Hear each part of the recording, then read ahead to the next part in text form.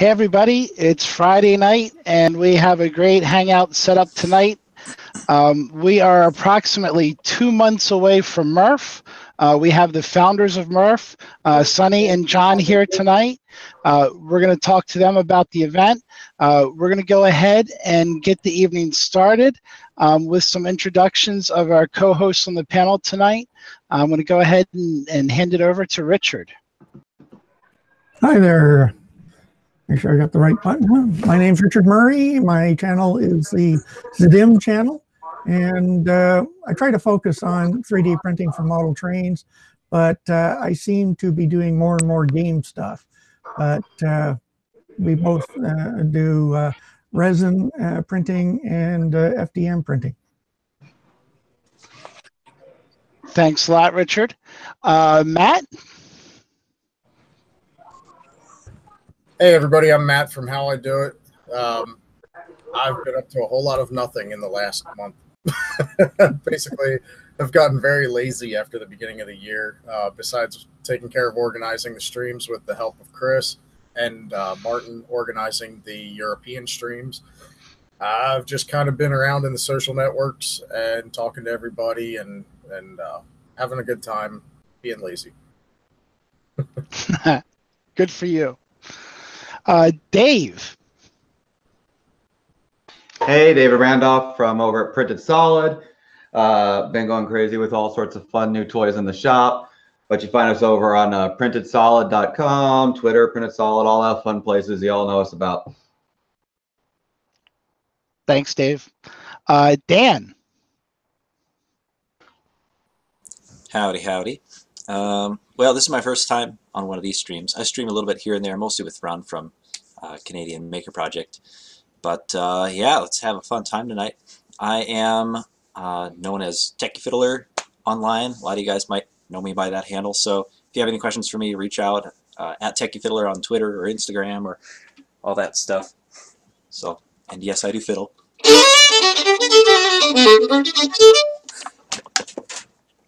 And he can even play my 3D printed Hovelin. He did that at MRRF and sitting on top of that giant printer that you and Jacob printed or put together. So that brings us to our last two guests here to introduce. We have Sonny and John, the creators of MRRF. John, you want to go ahead? I know you're out and about, so if it's a good time for you, go ahead and say hello, sir. Hey, no problem. Thanks. Thanks for having us on here.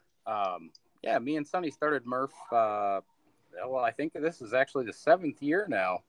So I see a couple T-shirts from MRRF events past out there. Yeah, I see it. So good to be on here tonight. Thanks. Hey, Sonny. Yes.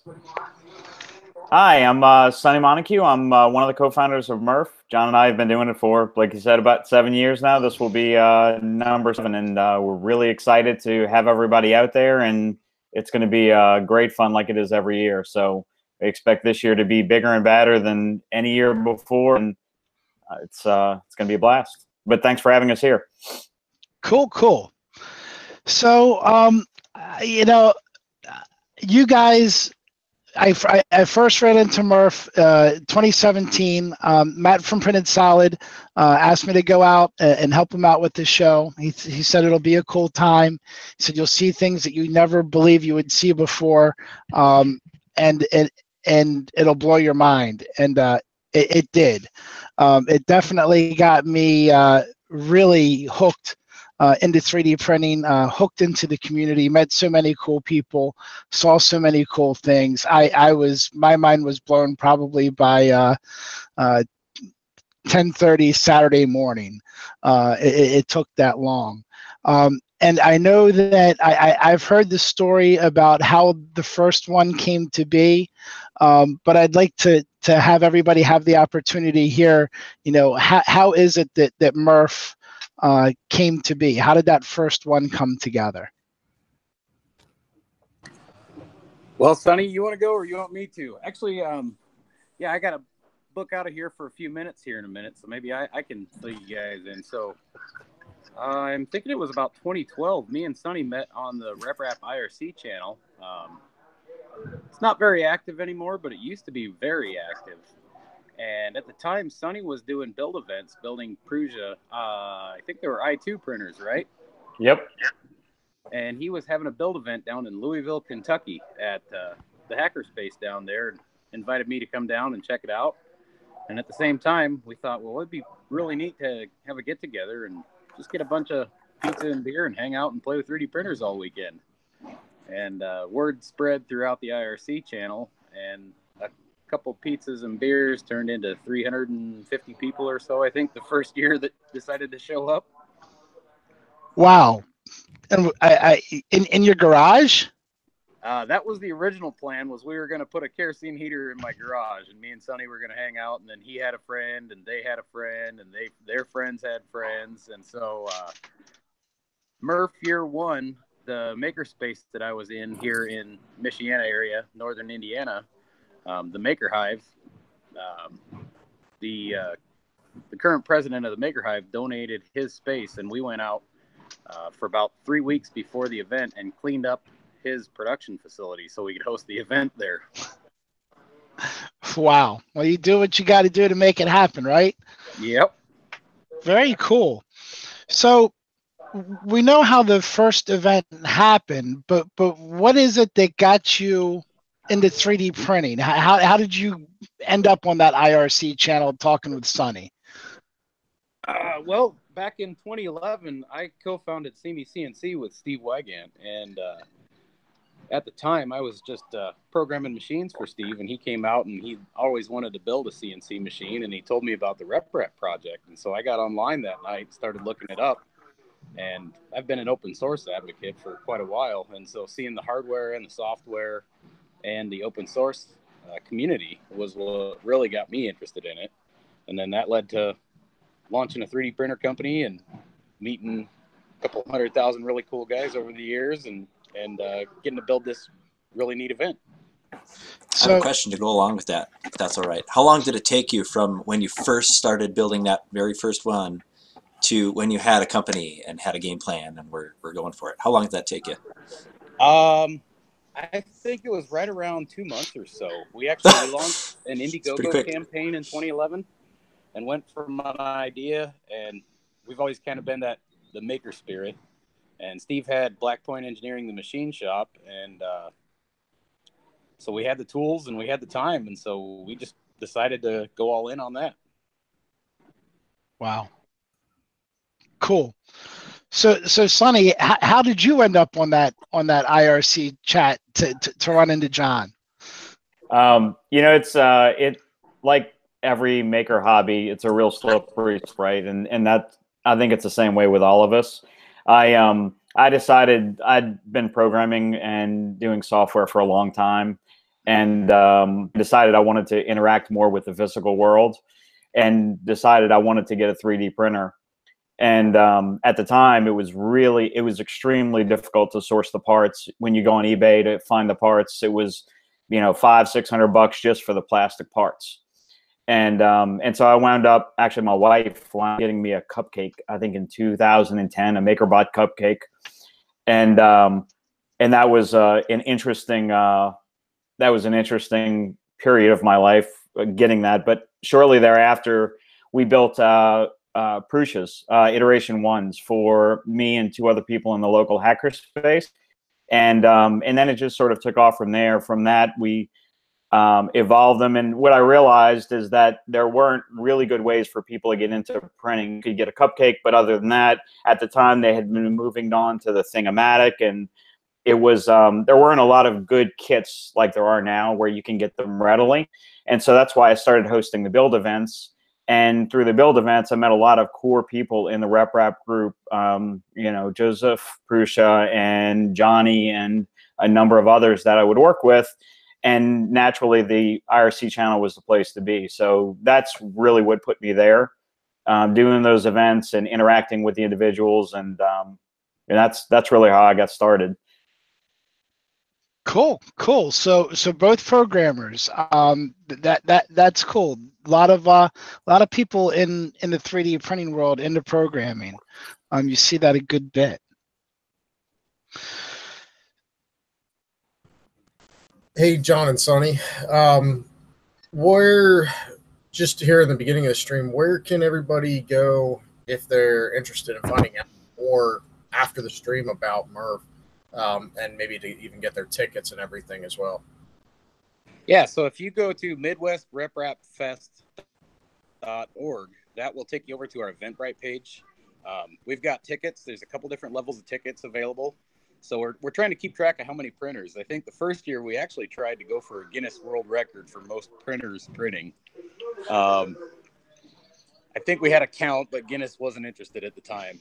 They'd probably be more interested nowadays. But yeah, midwestrepfest.org. That will take you to register for the event. Our Facebook page is just Midwest Rep Rap Fest, as well as Twitter.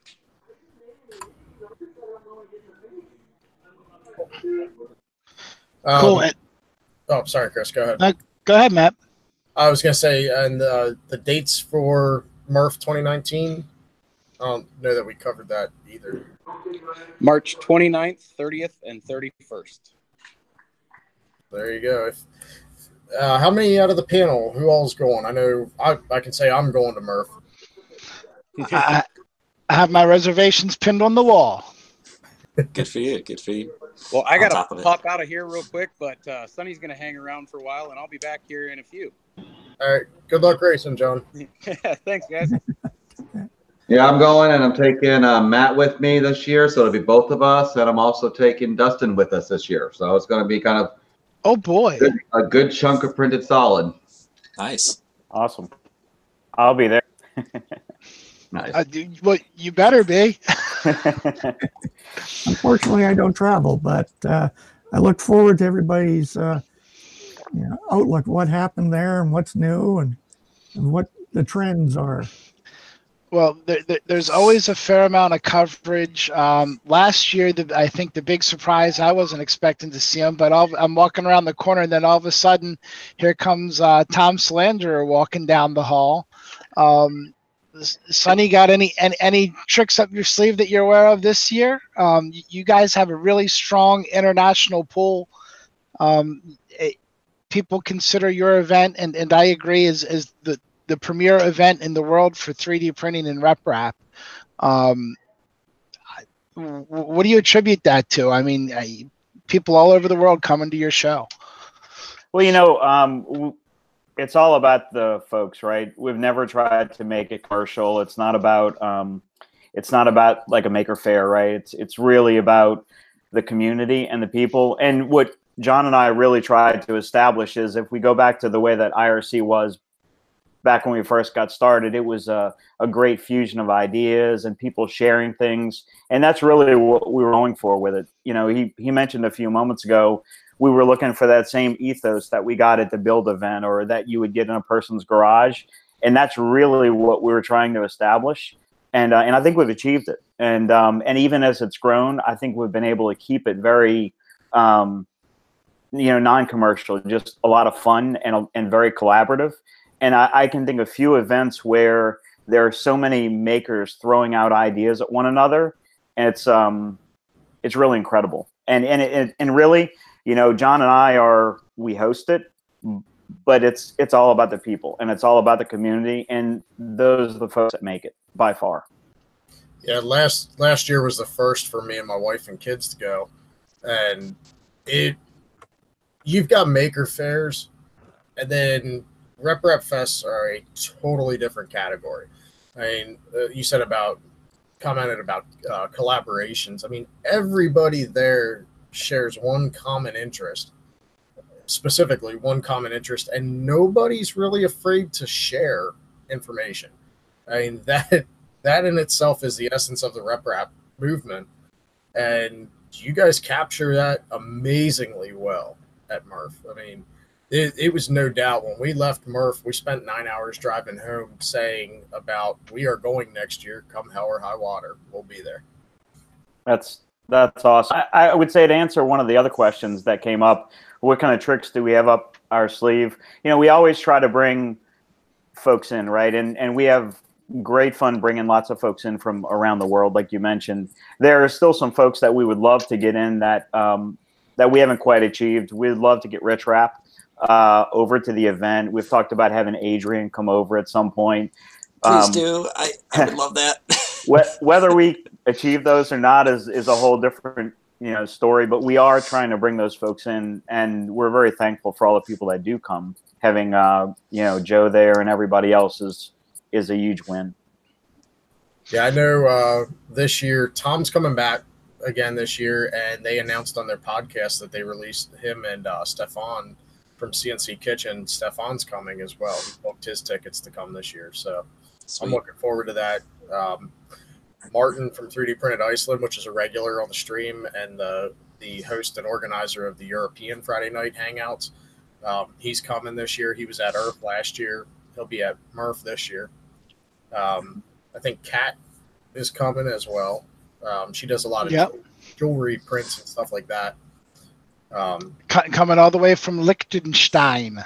Yep. Yeah, so you got Iceland, Liechtenstein, Sweden. Yeah, that's where Stefan's from. Or Tom. Stefan, yeah. Are they both from Sweden? I think Tom is Germany, I do believe. Germany. Oh, brain fart. Yep. So yeah, your international reach is getting even broader.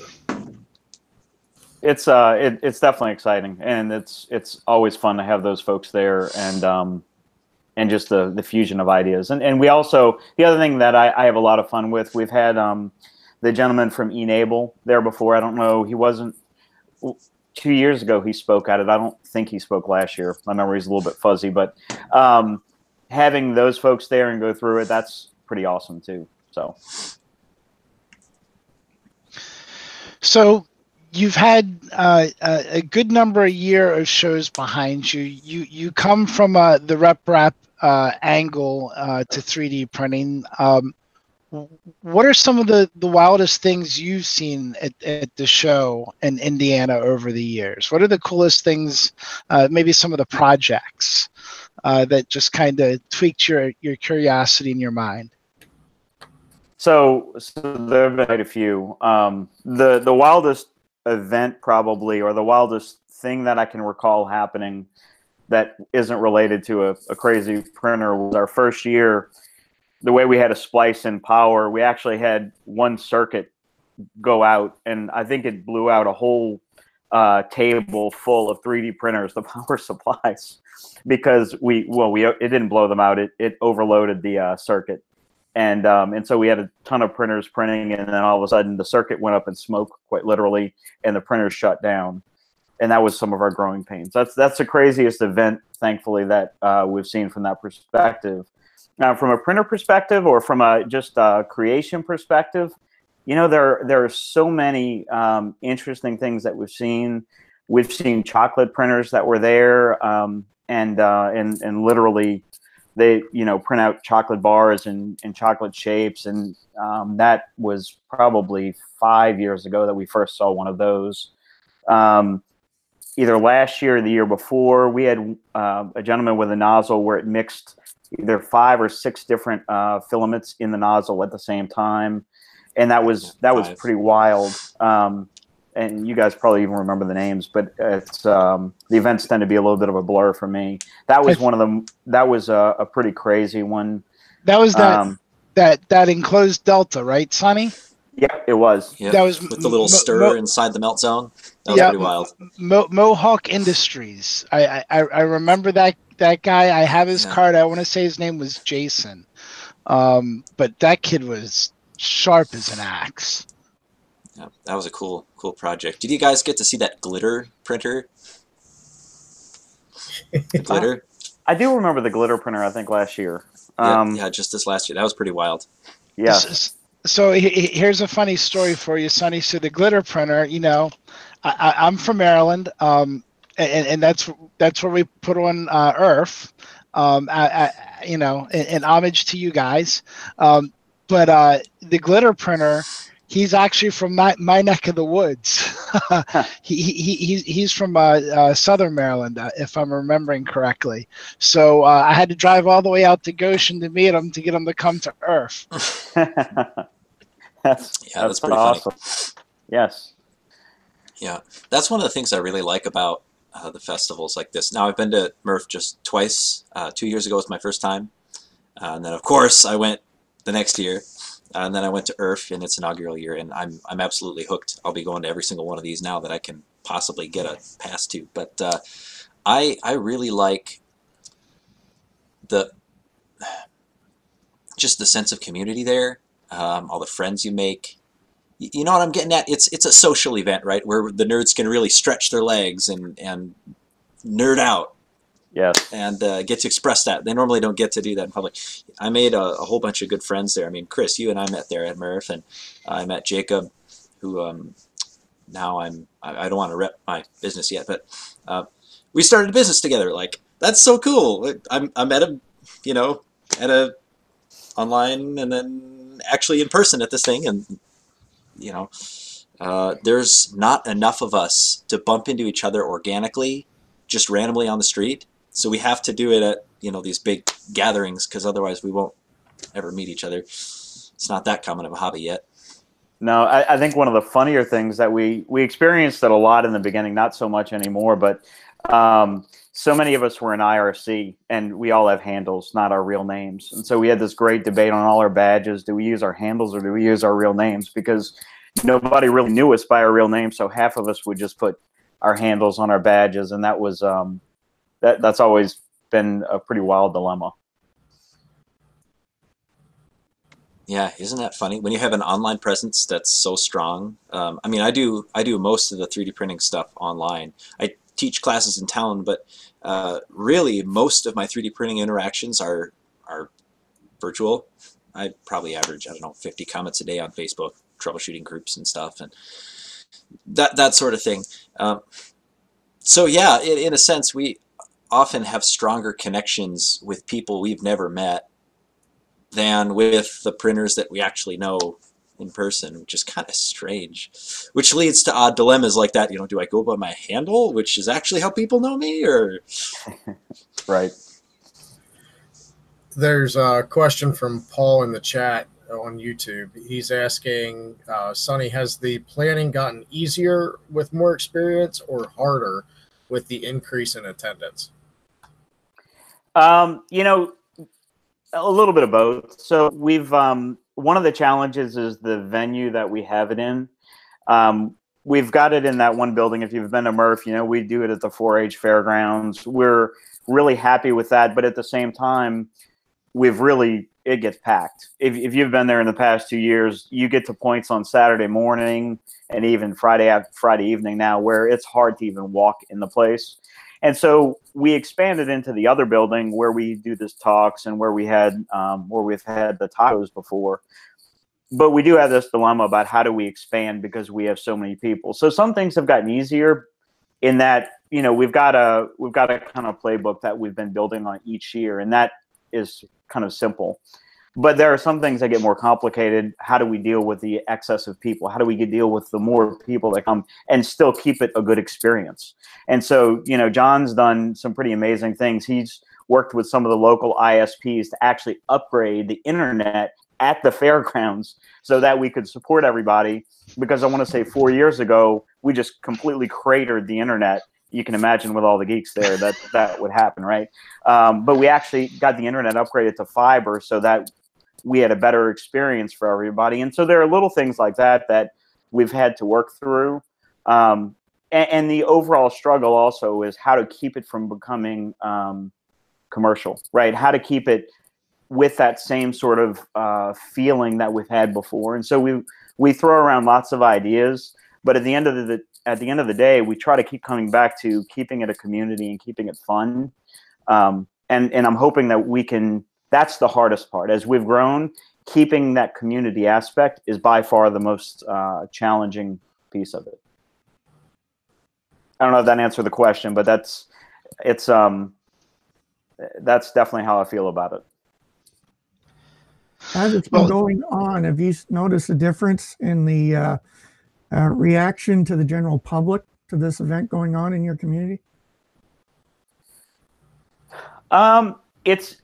So I would say if I look at the community around, a lot of people don't necessarily know about it. Where in my neck of the woods in Memphis, many people do, but 3D printing, as was mentioned earlier, is still a little bit of a niche. It's definitely gotten a lot more popular online, and definitely in the 3D printing communities, it has really become one of the de facto events to go to. And so I've definitely noticed that, and there's definitely a lot of excitement around it as it's grown. Before it was much more of a word of mouth kind of thing, and now it's definitely exploded a lot more than that. Right. Now, I was just wondering if the general public had taken notice at all. Well, so in what's really interesting in Goshen and the surrounding areas, we get a lot of folks from the local libraries and local schools, and a lot of the local folks that come and see the event. And they are so excited that we have it in Goshen that they really have become regulars, and they've watched it evolve over years. So it's definitely grown from that perspective from a general populace. And I think last year we actually had a news station that came out, if memory serves. Actually, we did have a news station that came out. So it's definitely grown from that perspective for sure.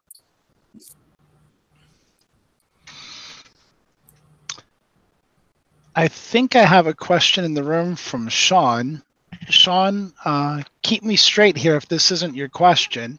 But Sonny, Sean would like to set up a table for vets at the show to set up to display prints from other vets, and they would like to show off a printed non-functional 50 caliber. Could they reach out to you to work on something like that? Yeah, I would say reach out to us on the Facebook page is the best way to reach out to John and I to discuss that. Getting a table, it's really first come first serve, so that's not a problem. You know, we can talk about the specifics about what gets displayed and whatnot, but I don't. I would say reach out to us on Facebook, and we can figure something out. It'd be pretty exciting to have something like that there. Great. I mean, Sean, if it's not enough that you're on display with Matt right now, we can work on getting you that display. And Sean also has a follow-up question to that asked. He said they want to also do a donation to a local VFW of a community print as a monument to the vets. Do you think there's something that you could help out with there locally to Goshen, Sonny? I would say reach out to us on Facebook, and we'll figure something out there. There's a lot that goes into something like that, but I'm sure we can work through it. There you go, Sean. John Mack also asked in the chat if Google is sponsoring tacos again. That is the most important question. Everybody's asking about tacos. So this year, Google's actually not sponsoring the tacos, but still will have tacos. Right now, the sponsor of tacos, unless it's changed, is Matter Hackers. So we still will have tacos for everybody. Cool. Cool. And So I will tell you, it's one of the oddest things to order. 3,000 tacos. That's a strange thing, and I don't think I'll be able to do that too many times in my life. So I appreciate it each year I get to. Yeah, I think somebody said in the chat earlier after the taco order that restaurant can probably take the rest of the month off.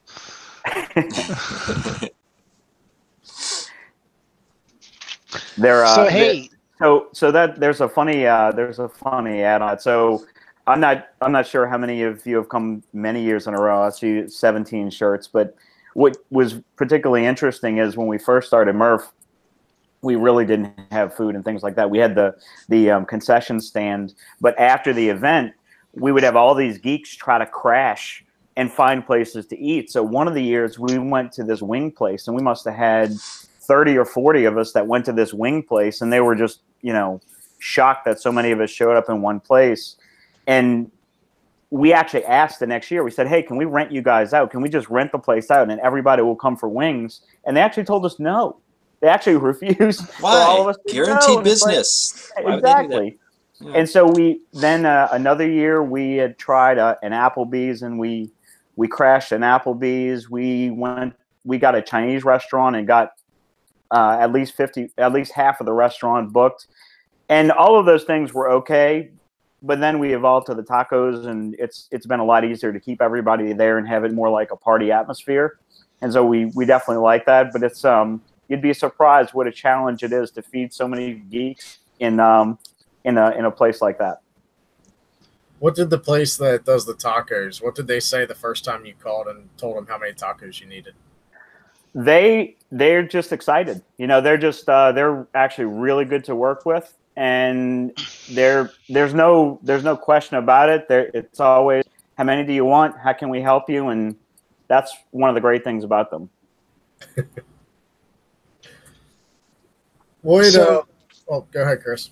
I was going to say, so we're talking a little bit here about, Goshen, the community, and the impact of the event.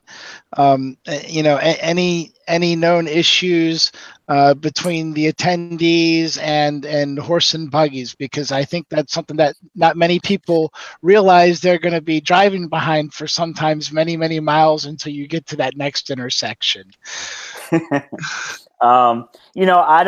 We've had a couple of issues at the fairgrounds, but none that involve really horses and buggies that I know of. I think one of our biggest challenges is actually getting to be hotels, because we pretty much book all the hotels in the city, and people have to get further and further out. But I don't know of any Amish conflicts yet, but there's always that potential. You're right. It's pretty shocking to see those horses and buggies going down the street, and it is equally shocking to see those horses and buggies pulled up outside of a Chinese buffet restaurant. Yeah, no doubt. The 2017, my first year there, we were driving back late through the night, and there was rain that evening, and that kept people in the horse and buggies wherever they were longer, so that when it was dark outside, in the middle, late at night, they all came out because the rain stopped. And I can remember coming down this one hill, and the lightning flashed, and out of nowhere, there's a horse up on its, hind legs. I thought that was the end for half a second. But it's always neat to see that when you pull up outside the grocery out there in Goshen, you've got the stall for the horse and buggies. Yes, definitely. I think it's funny. I live basically 5 minutes from Lancaster, Pennsylvania. And so we have our own Amish community. My wife and I and my kids, we drove last year 9 hours overnight, left at 8 o'clock Friday night, and just drove out. And first thing we do when we get there is we stop at a Dutch family restaurant and see horse and buggies. I'm like, we just drove 9 hours for something we could see 5 minutes from home. So, Sonny, from get back to the 3D printing just a little bit. Programming background, open source is pumping through your veins. What do you see as maybe some of the next things happening in 3D printing? Some people kind of think we're at a plateau, and FDM might be pushing up towards its limits as far as what it can do, as far as quality, etc. What do you think? What do you see as maybe the next things to happen in 3D printing? Well, that's a pretty interesting question. It definitely feels like it's changed in that, I remember in IRC the different varieties that were coming up and the permutations that were happening constantly. And I still see a little of that, but part of what's happened is as kits have become more prevalent, I think a lot more people have just gotten kits as opposed to trying to source a different permutation. And so that's changed things quite a bit. I would have agreed with you that the hardware had largely plateaued. But then, when you start seeing some of the stuff that like Joe is doing with the i3, with the, steppers and, the steppers that automatically detect if they get stuck, and the bed and just the different enhancements that he's put on there, then you start to wonder, well, all of those things are really a good evolution versus where we were 2 to 3 years ago. And I'm not sure that we've really plateaued when I look at things like that. It's definitely different, but it's still moving forward. I think one of the big things that we're going to see probably this year at MRRF, because I know of two for sure, but I think it's going to be, well, one is kind of a complete new design. We saw a little bit of it last year, but if everything goes well, it's going to be a pretty big surprise to a lot of people. But I think we're going to see more changes in FDM this year at MRRF, with people taking those kits and now adapting other things to those kits, like multi-tool heads. A lot of people have been experimenting with multi-material on top of what Pallet's doing and on top of what Prusa's doing with their multi-material units.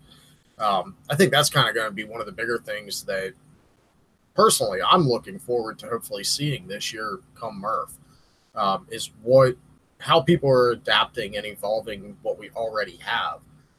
Like you said, we've got some sound designs at this point that are working very well, but can use little tweaks here and there to make them even better or more useful. Definitely. John, you're back. Did you win the race? Yeah, it was just the last qualifier. So John, I'll ask you the same question I asked Sonny there. 3D printing technology, what do you see as maybe the next big thing to be happening in FDM 3D printing? The next More evolution. materials for sure. In the FDM stuff, it's just more materials. ABS and PLA have been used for a really long time, and they've got their limitations. PETs, some of the nylons, more composites or alloy materials with different properties that we can use in FDM printers. That's still, that and software. Those are two things that are just kind of still, I wouldn't say wide open, but there's a lot of good stuff that happens out there. And unfortunately, we've seen a lot of good stuff come and go just because it hasn't gotten mass adoption or enough people playing with it, or, you know, there's really smart guys that come out with this really cool what if idea and never really take the time to get it all the way through and figure out how to make it work in software and hardware and materials. But I'm looking forward to some of the things that I've heard are going to show up to MRRF are going to be pretty neat with the materials as well as the machines. And I'll tell you, I've been a little dismayed. I've been told that there's a couple cool machines. They said, Chris, I'm sorry, I can't wait until ERF. We're rolling them out at MRRF. I said, hey man, it's all good. Get them to the show and get them out there. So I can't tell you about at least one of them. I don't think I'm clear, but there's going to be at least one cool big printer that was built in some crazy man's basement, and when I say crazy man, I really do mean crazy, and I know he knows I'm talking about him, so it's all good. Yeah, well, those are the best kind of printers to see at MRRF, the crazy ones coming out of the basement, seeing the light of day for the first time, right? That's right. That's right. I really liked seeing help me, I'm blanking on the name right here, who came up with Simpson and Lisa and those rep-wraps. Remember? Oh man, what's his name? Give me a second. He loves kinematics and funky arrangements, and why am I blanking? I was just thinking about the other day. Yeah. One of his students was the one who came up with the fractal algorithm for the. Yep. Him. I loved seeing his stuff. He brought some really funky stuff, like a nifty cable-driven Core XY to that first MRRF I went to. Just made my day. It was gigantic. It folded up flat. And you could load it in a trailer bed. XY.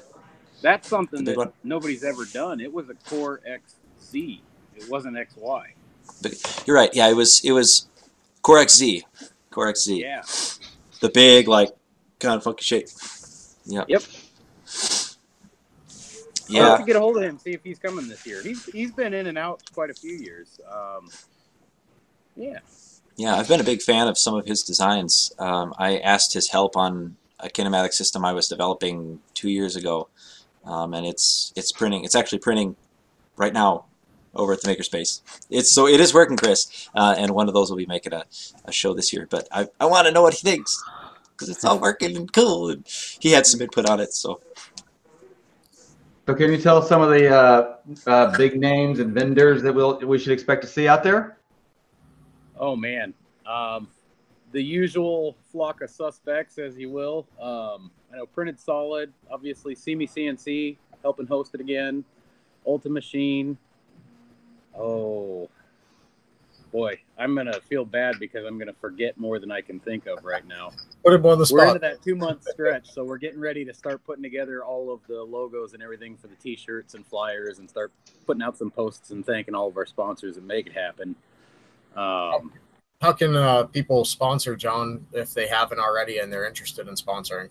So all of the sponsorship the last 3 or 4 years have been on the Eventbrite page also. You can sign up for tickets. We've broken it out into, are you bringing a 3D printer? So you can sign up for a free ticket there, and it's always been free for people to come and attend. So if you're bringing a printer, bring a printer option. Then we have, I don't know, 1,000 people or so that just show up to walk around and check it out the last few years. So there's a free ticket to just come and attend. We added I'm bringing something else besides a 3D printer ticket option for this year, just to see how many different CNC machines or something that's pretty closely related to 3D printing. We hope it's in the spirit of 3D printing.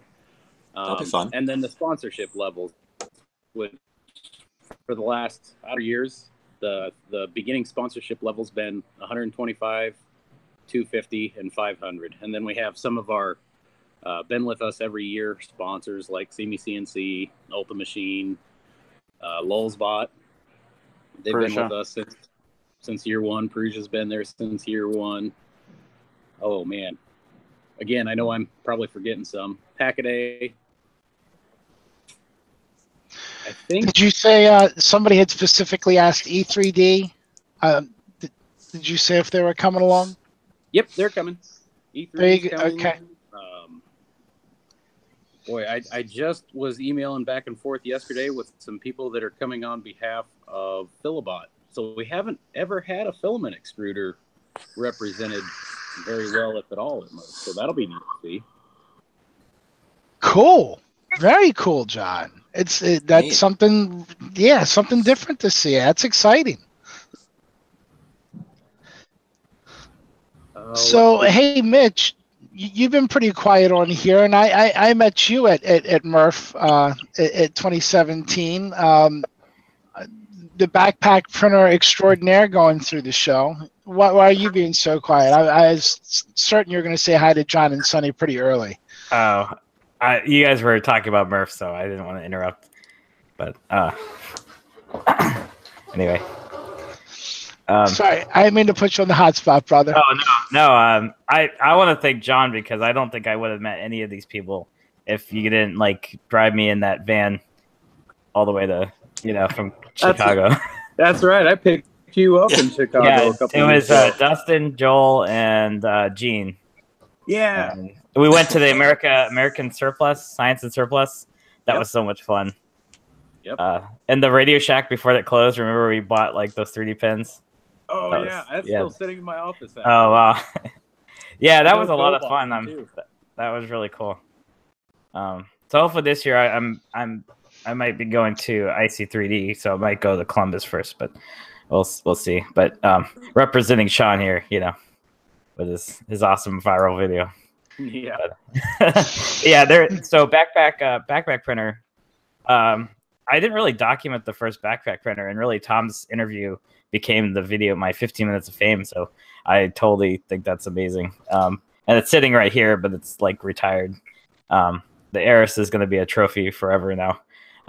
But I have an H2 kit that I just bought and putting together, and I have a frame backpack that I'm an actual frame this time, a frame backpack that I'm going to put together. So backpack printer 2 is coming. So looking forward to it. Oh, thanks. There was a question from Paul in the chat. Any important considerations for those bringing big printers, or maybe two big printers? And I'm pretty sure he means big by he's trying to figure out how to fit it out of his house big. That servo printer. Can it fit through a door? Yeah, that thing's got some pretty cool tech in it. Yeah, there's a couple of really big printers coming this year that I'm aware of. Any considerations for those exhibitors? So we've had a couple people ask about that, and the fairgrounds where we've had it since year 2 actually has been really easy to work with. So far, we haven't had anybody ask for 3-phase, 480 volts, or anything crazy like that. We're just when the big printers, we ask that they show up Friday afternoon as early as they can. I know people are coming from literally all over the world, but the sooner they get there, the sooner the maintenance staff there at the fairgrounds can help get their printers in the building if they need a forklift and get power ran to them. On that note, when is Part Daddy getting there? I haven't talked to Steve. I don't know if he's going to bring it out this year, but I bet you he would. Usually they bring it out Friday. Yeah. It's always cool. I know he's got some other really big printers that he's going to be bringing there, the Boss Delta. Oh, yeah, that's right. That's the new lineup. I'm excited to see that in person. Yeah. Usually they bring out the big stuff on Friday. Like the last couple of years, Part Daddy's gotten drug in there and set up, and everybody has to give a hand getting it inside the building and stood up. Last year, we wheeled in, it's about the size of a fridge, weighed 250-ish pounds, and we wheeled it in midday, and it was packed, and it was hard. I really wish we had done it Friday, like early ahead of time. I would just agree with that. If you can, get there early and get it set up, get it wheeled in, get it stationed before the rush gets there. Yeah, definitely. You will be, yeah, do that if you can. You'll be. You can always put it on your back, and then you don't need a table. Exactly. Yeah. Well, then you need a chiropractor, but. Well, if we get enough people, I mean, the FK1 we were just joking about. I was like, I could probably fit inside the FK1. I don't think it's gonna be able to lift it. But yeah, my thing is getting it on an airplane, and I'm not close enough to drive. So the logistics of getting to Murph with your stuff is pretty challenging, but it's totally worth it. So on that note, I am working with the fairgrounds, trying to get them to set aside an area in their shipping receiving area so that people that are bringing a lot of stuff or big stuff can pre-ship it. Now that we're in that final countdown, Sonny and I are probably both pretty guilty of procrastinating till the last minute for all 7 years of this. So, but usually this time is when we kind of go, oh crap, yeah, we got 1,000 friends showing up. We better tell them what to do. Look for some emails and stuff for shipping related. How do I get my stuff there? We've got dry storage at the fairgrounds that we can receive it in and keep it locked up until you show up. So, John, Sonny, for the people listening here, what's Friday night? I get there, I get my stuff dropped off, I check into the hotel. What's the Goshen's secret restaurant? The best spot. Doesn't matter what kind of food, but what's that? What's the hot spot in town right now that you got to know about to get to? Probably there's a couple really good spots. So Goshen is kind of a resurgent town here in the last 10 years or so, but Goshen Brewing Company I know is one that Lulzbot, all those guys really liked. It's a microbrew in town, and they've got a lot of really good food. There's all your typical chains like Wings, etc. Buffalo Wild Wings. Applebee's. There's a Taco Bell. There is a Taco Bell. Gotta have a Taco Bell. Yeah, we don't do the Taco Bell, but we are having Darren Geezy bring the tacos Saturday night again. Matter Hackers, forgot to mention them as another continuing sponsor. They're doing the community dinner this Saturday, or Murph Saturday. So they're providing all the tacos. River City Labs, Makerspace. I heard rumblings that they might have kegs for those that are of age. Hey, give me their Patreon, and I'll kick in a couple of bucks. Yeah, Joe's been here. He's one that's had a lot of crazy big printers over the years. Actually, I think it's kind of their tradition every year. River City Labs finishes building a printer on the road, bringing it over to Murph. So I don't know if they'll have one done before this year or not, but yeah, John, that that 10-foot tall kind of box printer that Joe built. I guess it was the first time actually at 17, and he built it. They printed that that X1 vase mode jet on it. Yep. That blew my mind because I had caught his posts on Facebook beforehand. And again, before I went to that event in 17, I was just told I'm going to go and have a good time, probably get my mind blown. But that was one of the things that really blew my mind, watching him putting the finishing pieces on that thing. And then over the course of 2 days, he printed something that was taller than me. I'm like, holy crap, that's cool. Yep. That was really cool. I remember seeing him put the finishing pieces on that too. I think we watched that together for a little bit, Chris, didn't we? Like we were walking around the I think we did. grounds, and we stopped and checked that out. That was really cool. You were saying a whole bunch of stuff that was going right over my head, Dan. Sorry. I had no idea. It's all good. Hey, another quick question there. Will there be facilities there or space for RVs? Yes, so the fairgrounds there is actually, they do RV spots available. They don't have water, but you have sewer and electric hookups there. So we've had a few RVs come last few years. So if you give them a call, the Elkhart County 4-H Fairgrounds, you can get a spot reserved right there at the building. Yeah, no, I've seen them right next to it. And for those of you who haven't been out to Goshen before, when you pull into town, or at least when you see the town in the light, you're going to see lots of RVs around. That's a big part of the business out there. That's where Winnebagos come from, I imagine, right? It is the RV and mobile home capital of the world, Elkhart County. So yeah, every manufacturer pretty much is built in Elkhart, or they have an office in Elkhart. It's cool. Now you see some big lots full of nothing but cool RVs. I told my wife about it. She said, forget about it. Don't get any ideas. One more question from the room. People like their T-shirts, John and Sonny. You know this. People want to. They're making sure they're asking. There's going to be a new T-shirt this year. I don't see that option when I'm getting my ticket. Yep, there will be T-shirts. There'll be the coffee mugs we've done every year for the past 5 years. All of that stuff is coming soon. Keep an eye on the Eventbrite page to do your pre-orders for all that. Very good. Another question from the chat from Jeff Bowen. Are there more buildings involved this year at MRRF, or a different building? So that's kind of one of the topics last year and the year before. It's been the topic every year since the first year we've had that. Do we need a bigger building? And we keep thinking we do. The challenge is it would have to move into April, and that's when we get into the guys with families and having spring break and getting the kids out of school and all that stuff. So we're going to stick with the same buildings we've had the last couple of years. So we've got the main big building where all the vendors and all the exhibitors are. The second building that we've had the community dinner in the last 3 years or so, that will be overflow and also for the speakers. Kind of the same setup we had. So far, we're just about sold out on all the tickets. So we're about the same attendance level as we were last year. So it shouldn't be too big of a problem. Cool. Are you going to have the stage near in that same area or the other building? I think we'll put it over where the community dinner is again. Okay. Yeah. That's probably pretty good.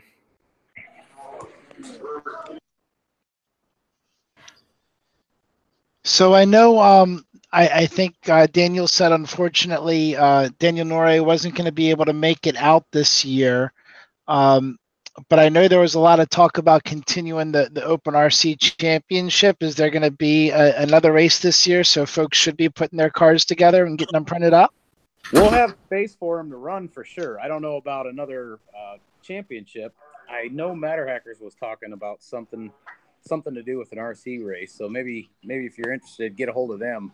I'm sure if enough people bug them about it, they'll do something fun like that. Yeah, it's a bummer he can't come out as I'm sitting at an RC track in the middle of northern Indiana in the winter. We could do spool racers again. Yeah. That was a little dangerous looking. Yeah. Well, I got to take off again, guys. So it was good talking to you. I'll try and jump in again before you guys get done with the stream tonight. Thanks, John. Yeah, Sounds good. see you, John. Thanks. Yep. Later, guys. Yeah. Just looking through the chat here.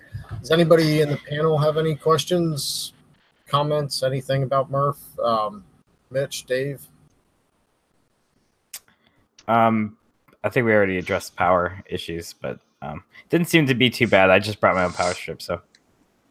I've got one about the speaker schedule. So it seemed to me that last year, a lot of the people who came in to give talks were like from the big name sponsors. Is it going to be pretty much the same this year? Do you have any other like special guests maybe who aren't necessarily sponsors of the event, but maybe they're knowledgeable about something and you're bringing them in? Is there anybody we should know about? You know, we keep that really free form. So we've debated on, you know, getting it very organized ahead of time. And even in some years, we've emailed folks out and we've asked them for that. But we seem to default back to a sign-up sheet at the door. And the folks that want to talk, they sign up and go for it. Occasionally, we'll find someone like the, you know, folks from Enable or whatnot, where we want to have them, you know, talk and we want to diversify the talks a little bit. But for the most part, I would say it is really free form. And and with that, we really don't have a problem filling the schedule. It's usually it usually fills up pretty quick. And my follow-up question to Dan is, Dan, do you have a topic that you want to speak on at Murph this year? Yeah, I could speak on a couple things, I guess. Sure, yeah. There are a whole bunch of, now I'm thinking, like, what are all the different things I could talk about? I'm sorry, I thought you were asking for a reason. Yeah. No, I'm just curious about, like, if you know, any big names are going to be making it, because I didn't get to watch E3D's talk last year, and I was so bummed about that, because I had to man the booth. I had to man 2 booths, and I was, like, talking to people the whole time, and I missed their talk. And anyway, I watched it later on YouTube, but I'm just trying to plan ahead of time to make sure that if there are any like really cool talks, that I'll be able to bug out and go watch them. As we get folks signing up, that's one of the things about John and I procrastinating a bit. We're obviously still getting pieces together of this, and so as we get closer to the event, as we do know that we're going to have folks talking, but not necessarily when, we'll probably make some posts to the Facebook group, let people know. But I would say, if you do want to talk, that's great. That's awesome. We would love to have you. Make sure you sign up Friday early. That way you get a good spot. Sure. So yeah, that's a question on there. How do you become a speaker? So I guess that answered that. Yeah, we sign up sheet. It's usually immediately once you walk in, it's immediately to the right. You put your name down for a time and you're good to go.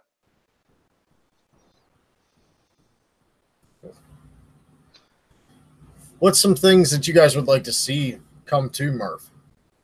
Changes, or anything you've seen, social media, YouTube, that you guys would love to have come to the show? You know, I mentioned before, I'd love to see Adrian come. Would love to see Rich Rapp come and some of those folks come. We've talked about Alessandro coming before. Some of those folks would be really interesting to have at the event. But you know, it's more about the community. I mean, I guess, you know, we've got a great panel here. What would you guys like to see that you haven't seen in previous Murphs? Well, I want to see Adrian come. That's my number one. Rich Rapp would be really cool. He's one of my 3D printing heroes. So he's done so much for Rep Raps. It's amazing. Yeah. All right, I just put it in the chat. Hey, everybody, what do you want to see at Murph? Go ahead and let us know here. Sonny's asking. We've got the right audience, and hey, I might listen for IRF as well. Yeah, IRF is pretty good too. So I was like working, kind of collaborating between the two events to find out which each event did well. You know, would be really cool. Do you, Sonny, have you guys thought about, with the talks, doing live streams of all the talks? Just basically have a YouTube channel set up streaming the entire time, so when somebody starts talking, it's already there? We've had we've come close to that a few times. I don't think we've ever gotten to where we actually had live video that was being broadcast. Maybe 1 year.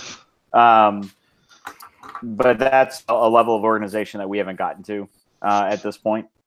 I think it's not a bad idea. I know 2017, I basically lived vicariously through the YouTubers who were there, and basically throughout all day Saturday, somebody was streaming something from Murph. And that's what made last year be I have to go. Like, I was kicking myself so much Saturday morning 2017 for not coming, for not just getting in the truck and driving. So I know for people who can't make it, live streams of the event, I know people try to and may or may not crash the internet. We'll see. It's something John and I will definitely talk about, how we might be able to stream the speakers and make sure that we get it out maybe a little better than we have before. I think that's good feedback. Thank you. And then, Sonny, I'm not going to mention one of the requests out there from somebody that goes with the name Uncle in their screen name, but serious suggestion, more panels. I think people like those panel talks, and people want more coffee and free coffee and better coffee. Okay. So that's good feedback too. You know, the panels are one of those.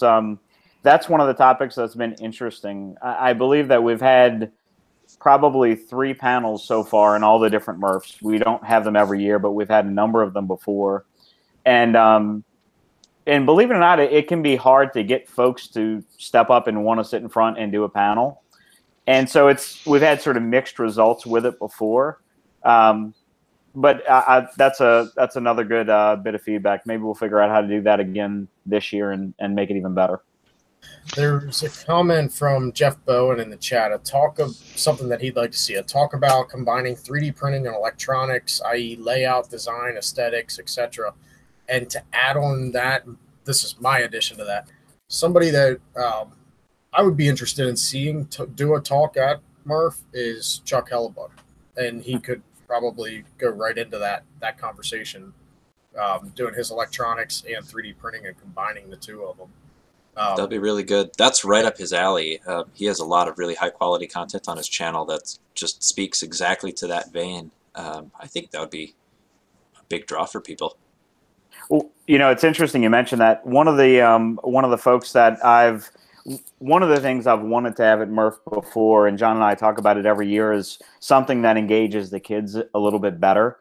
And we've talked about how we might do it, whether we have Autodesk do some kind of sponsorship where they can design it and have, you know, people print their designs or something other than that. We've thrown lots of ideas around, and we haven't really been super successful with it. But one of the people I spoke to earlier this year was Helen Lee, who has a book on electronics and kids and sewing, and she was actually pretty excited about the prospect of coming out and maybe doing it if her schedule permits. She might actually do a session there and teach people how to. I think there are a number of different things she does, but mixing sewing along with electronics, and that, you know, sort of gets to that same vein.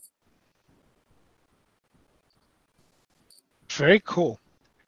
Sonny, can you confirm whether or not there's a Tim Hortons in Goshen? I can't. I actually can't. Being remote, I think there is, but I've never been to Tim Hortons. All right, we'll have to ask John when he pokes his head back in, but I think there's at least one person that's a little upset about that. Chris Riley asked, Murph is really overwhelming for the newcomer, especially on Saturday. Any tips for navigation? So it's interesting the way that the schedules have evolved. When we first started Murph, Friday was almost non-existent, and it's slowly grown into almost a event in and of itself that Friday night, where we have a lot of the folks who come and set up. A lot of the core individuals are there Friday, and there's a great sort of discussion and fusion that happens Friday before, I would say, the general public comes in on Saturday. What I would say is, the earlier, if you get there on Friday and Friday evening, it's a great time to talk to folks. The earlier you are on Saturday, the better it is, because then you don't quite have all the crowds coming through. But really, by 10 or 11 o'clock, there's a lot of folks flowing through. So Sunday tends to be an okay time if you're there early. Saturday tends to be an okay time. And Friday night tends to be a pretty special time to be there. If you want a more personable experience, I would say.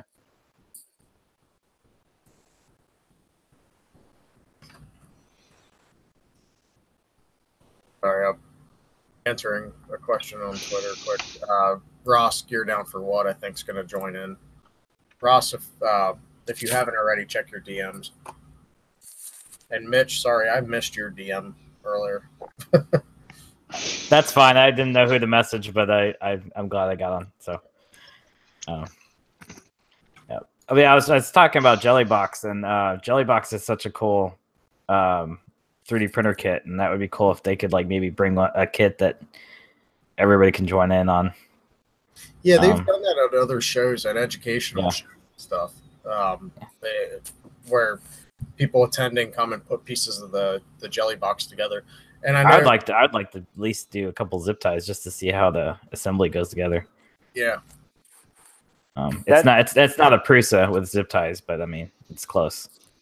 So that's one of the things that we've actually featured. We've featured build events at a few MRFs. We featured at the first event, and I think either the second or the third, we actually had build events where people would come and would build printers at the event. And it's had mixed reception. The folks that put it on tend to get pretty overwhelmed by going through it in the course of one weekend. But it is neat to have that happening at the same time. And it's definitely something we'd like to do more of at the event. Yeah, the H2 kit build, I remember specifically. I wasn't able to afford it, but it seemed like it took everybody the whole 2 days to do it. Yeah, so.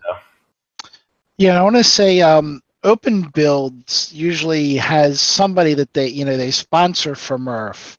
I want to say his name is Chris. That's what stuck in my head, but I think he's done builds there the past 2 years from scratch, and he's been fun to watch go through it as well.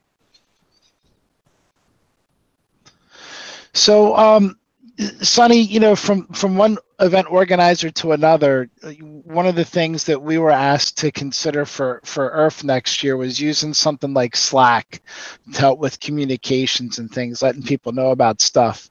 Have you guys looked at using anything like that?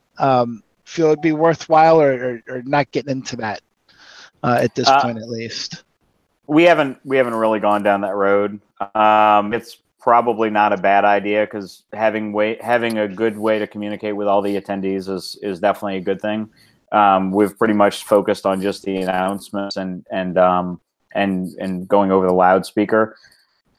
But having a good line of communication would be good. That's something that we'll have to give some thought to. Cool. And we have Ross from Gear Down for What just joined in too. Ross, do you have any questions for Sonny about MRF? I guess not right now. I'm kind of excited for it, though. It's going to be a fun time. I just signed up, I think it was yesterday or the day before. Only kind of excited? Got my tickets.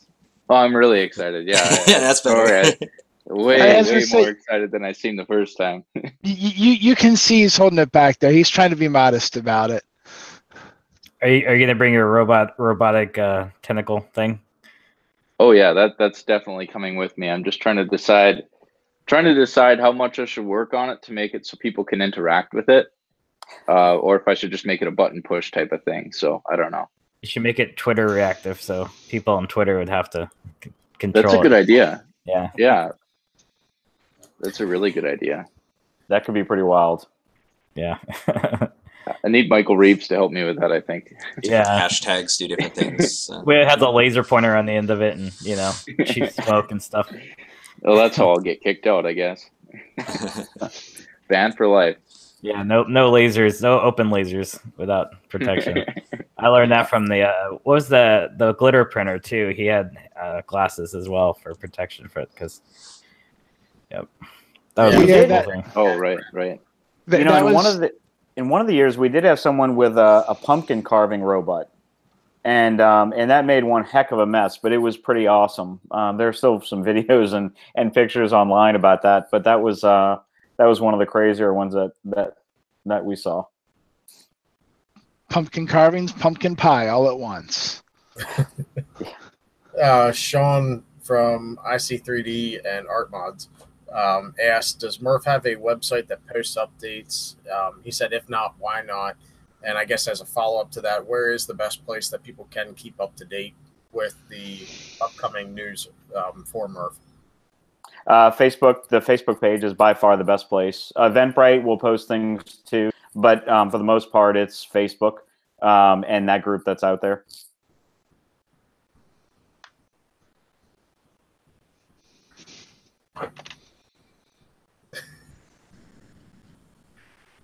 All right. Well, we don't know what the weather's like, but generally it was cold last time.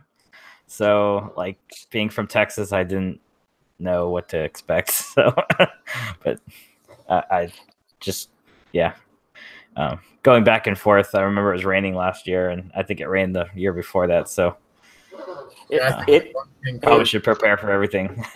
Yeah, it does run the gamut. We've had ice and snow on the ground before. One of the years, actually driving from the east side into Goshen, it was just solid blocks of ice going in. One of the years, we've had a good bit of snow, but I think that's only been 2 of the 7 years where it was really a nasty wintry mix. The others, it's just kind of chilly for the most part.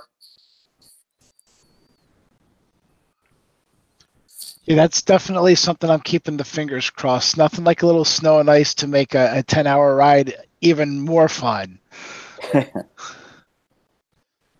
Yeah, especially for those coming from like Florida and Texas and stuff who really tend to not get to drive in that kind of stuff. Do you know if the guy who did the mostly printed CNC, I forgot his name, but he had a really cool, he has really cool stuff. I hope he comes again. I'm not sure if he is. I don't recall offhand, but okay, that would be pretty neat. Sonny, there was a question in the room from earlier. Forgot to ask, but do you remember a company with really small printers that's always at Murph, something like Ice or Ice Cube or Ice something? Are you talking about the dice printer or something else? Nice little sheet metal cut Core XY. I think it's Core XY smalls run on a smoothie board or it's not a done smoothie. by... It's a what's that other one? It runs smoothie, but it's the Duet. No, not Duet. It was a Cohesion 3D. Cohesion 3D. Yeah, Cohesion 3D. They have a K40 kit, which is really cool. Yeah, a lot of people in the K40 groups swap those in, just completely gut the brains out of their K40 and stick that in. You get a lot more control. Oh, so there was the dice printer that was there last year, and then the year before that, they had the 2 guys that did the kitten. I don't know if you guys remember the kitten printer. I don't know if I remember that. So it was basically a downsized Tantalus. And so, but it was an itty bitty little thing. They weren't there last year, but they were there the year before, and that was a pretty cool one. So I don't know if that's the one that was being mentioned, but we haven't heard from them. It would be neat to see those the micro printers that were at Earth this year. Yeah, those are really cool. They had I think pretty much every configuration in a micro. I mean, those printers had to be like this big. They had a printer bot version, a Prusa version. Wow. A couple of different ones. They were neat. Yeah, actually, I've been talking with the guy who designed those, he gave one of those frames to Jacob and me. Jacob has it right now. One of the original MakerBot replicator, just shrunk to half size. It's like, instead of like M4 or M3 hardware, it's like M2. I mean, these, or M1.5 or something. These bolts are just like itty bitty. It's running on NEMA 8s or 11s or something.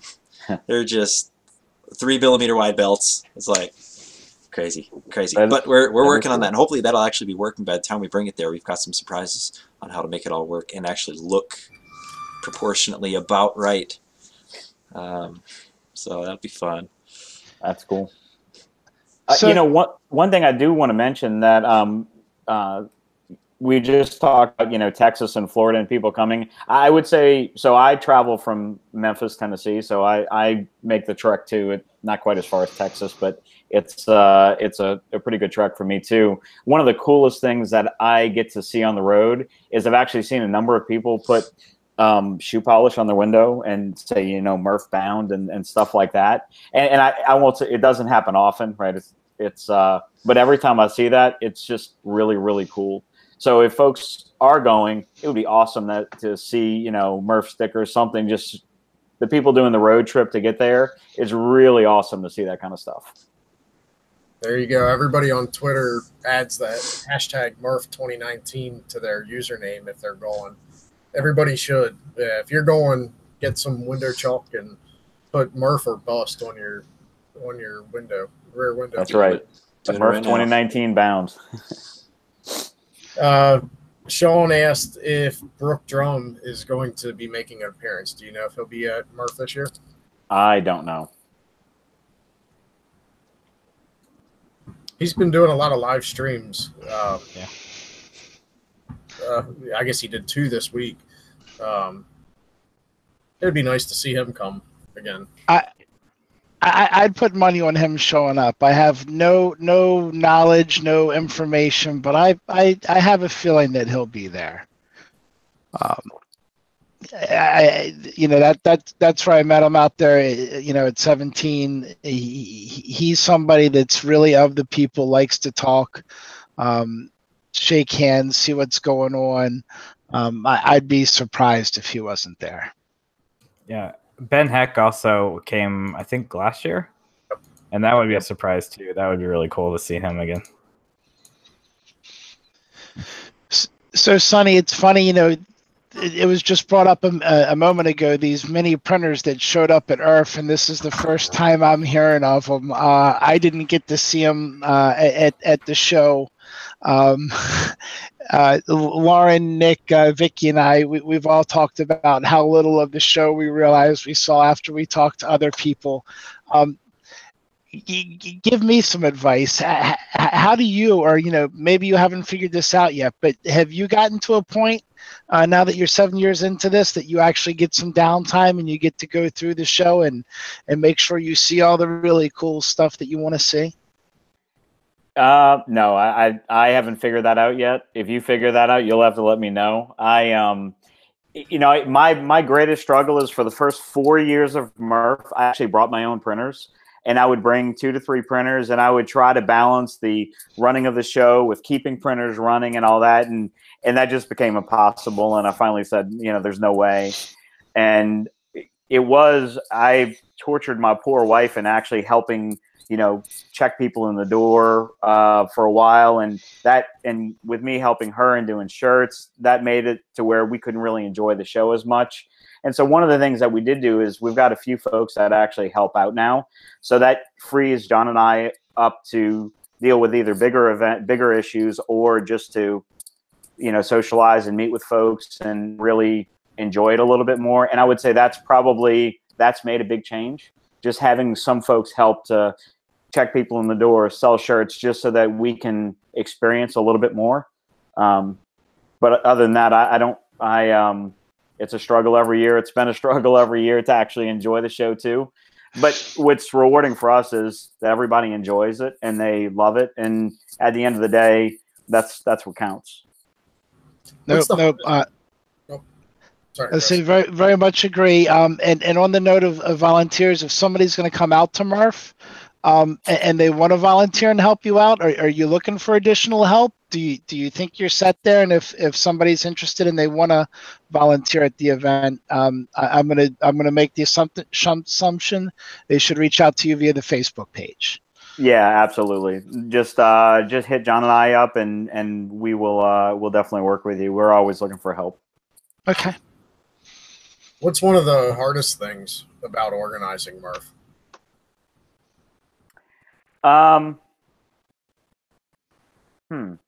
That's an interesting one. I would say, and I don't want to delve into into this topic too much. In fact, I won't delve more than just to say, every year there seems to be some just political stuff that comes up. There's just friction within the community, and trying to keep that to a minimum and not make the show less fun. That's a challenge. So it's, it just happens when you have big groups of people, you wind up getting more friction. And, we've seen some folks come and go, some folks that did sponsor no longer sponsor, and vice versa. And that's disappointing. But I would say that's probably the hardest part, is dealing with some of those things that come up and not letting that really spoil things for everybody.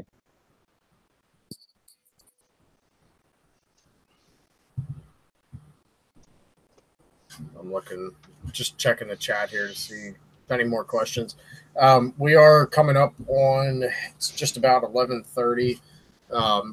At 11:45, we're going to start to go into outros. So if you do have any more questions, anybody in the chat, anybody on the panel, be sure to get your questions in now. Tag the Friday 3D Printing Community Hangout or MChrisP1 with your questions in the chat if you have any.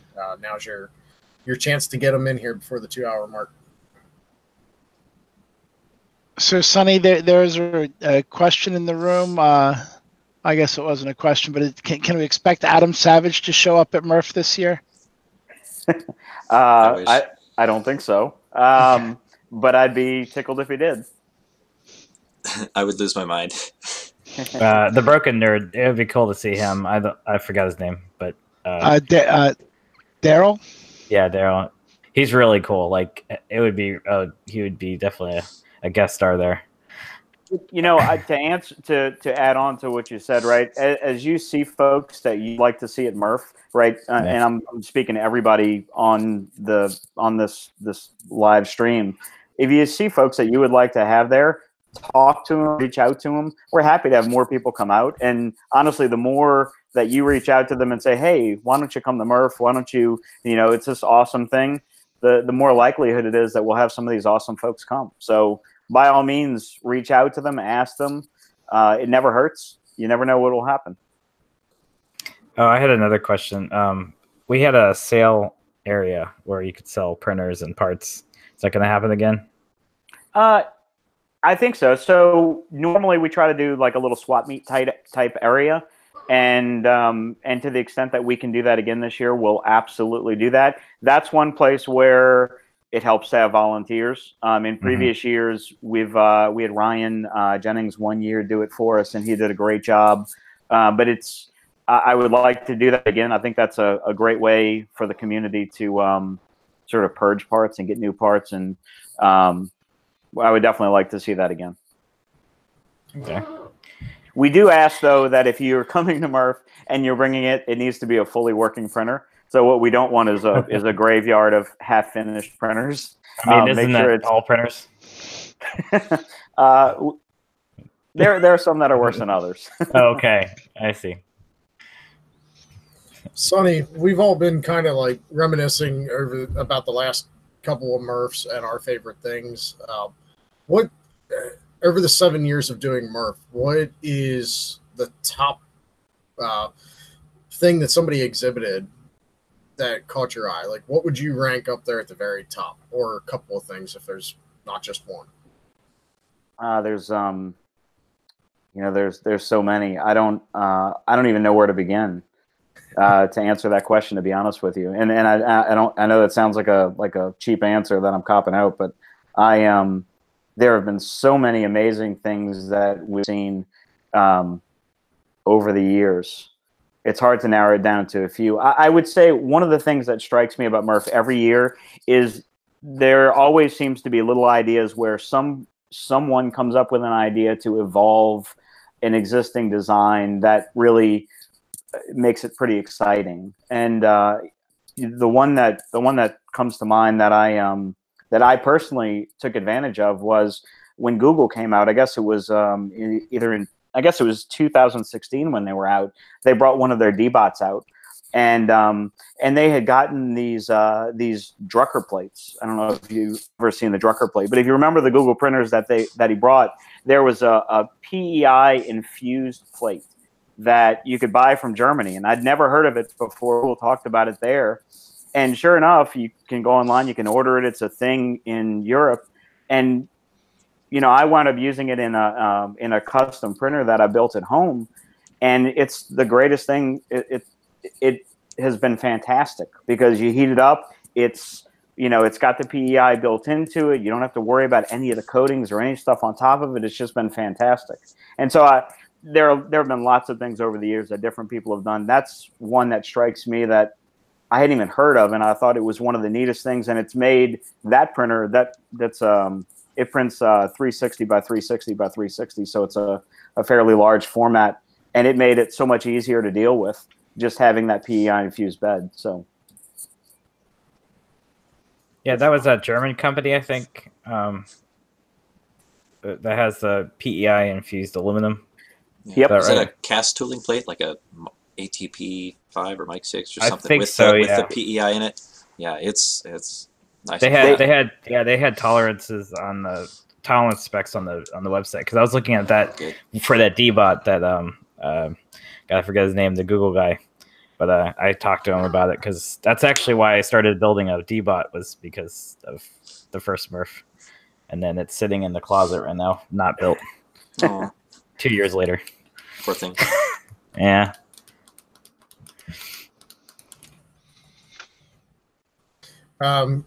Sonny, you might have an answer to this, you might not.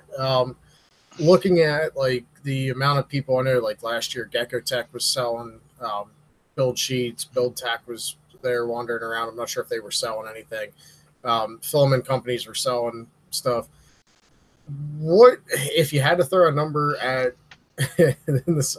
This is more of a personal question based on the person, but how much money do you recommend somebody brings to MRRF if they are looking to buy accessories and things like that? I know that's probably a really hard question to answer, but you've probably seen the gambit of pricing for things at MRRF. Yeah, I've seen quite a bit. There's obviously the filaments that come, and if you're looking to stock up on filaments, most of the filament vendors that come have deals, and so it's pretty easy to spend over $100 on filament pretty quick. Just with what they have there. So I would say that's one thing. If you're looking for filament, bring some cash for that. There's always deals on filament that they have at the event. A couple of times we've seen we have companies that will sell printers there, and so CNC, for example, usually brings kits of their various deltas and whatnot that they sell. So if you're looking for a full-blown printer, they have that too. But if you're looking for the accessory range, I would say, it would be pretty easy for me to spend $100 to $200 between filament and just various accessories that they have there. But that's me just shooting from the hip. So yeah, Filablend had samples, and if Filablend was another one of the coolest things at MRRF last year, and that was also a launch. You guys see that in the vase prints that change colors? I did one on my backpack printer too. I remember that. Yeah, that was cool. I've actually got some laying around somewhere around here. It's phenomenal stuff. It is pretty awesome. Yeah, and Atomic was giving away filament for vendors, or not vendors, for participants, I think, too. So I don't know if Atomic's going to be involved this year, but they usually give out. So they usually limit it to people that are actually bringing printers, and you need to turn in your entry pass to them, and then they will give you a roll. I think they usually give a half kilo or I think it's 500 grams or something. I don't know if they're doing that again this year. But they've done it 2 or 3 years in a row, so I would imagine they probably will. Going back to the pricing stuff, I would say, yeah, it can range a lot, but you can probably plan how much you're going to spend by asking yourself this question: like, am I like a real like super picky nerd who's going to like buy the hot tech? You're probably going to want to pack $200 because there will be cool stuff. You might not even know what it is going in, but trust me, somebody's going to have something that's going to catch your eye. They might be debuting it there. Don't even know. But there will be some really cool tech there. Are you more of a casual user? Maybe, you know, just like printing the standard PLA and stuff. There will be good deals on filament. Yeah, maybe bring 100. But yeah, that 100 to 200 range is probably a good estimate for people who want to stock up on hardware or consumables. But I suppose you could kind of narrow it down a little further depending on what category you put yourself in. Printed Solid, I know they have a pretty decent setup. I mean, I think, Dave, and you can correct me if I'm wrong, but I think they pretty much bring everything they sell with the exception of maybe all the printers that they sell. So, I mean, take a look at Printed Solid's website. They usually run a deal. Am I wrong or right? We'll be running a lot of deals this year, and we're bringing 2 vans. Two vans. Oh, wow, Can you guys awesome. talk a bit about some of the stuff you'll be bringing? Are you bringing enclosures, filament? What sort of stuff do you have in store? We're going to bring a lot of filament. We're going to bring a lot of enclosures. We've been ramping up our hardware game this year a lot, so we're going to bring a lot of hardware as well. We've kind of transitioned from just filaments to we're definitely taking care of the upgrader people and the modders and all that stuff. So we're going to bring that. So we also kind of expect for a lot of the community when they bring their printers and it broke in shipment, when they brought it, they tend to come over to us and be like, hey, listen, you got an extra heat block or a wire or something like that. So we get a lot of sales on the Friday night before when people realize something went wrong with their printer. Bring auto fuses too, because I blew a fuse last year and somebody had one, which was amazing.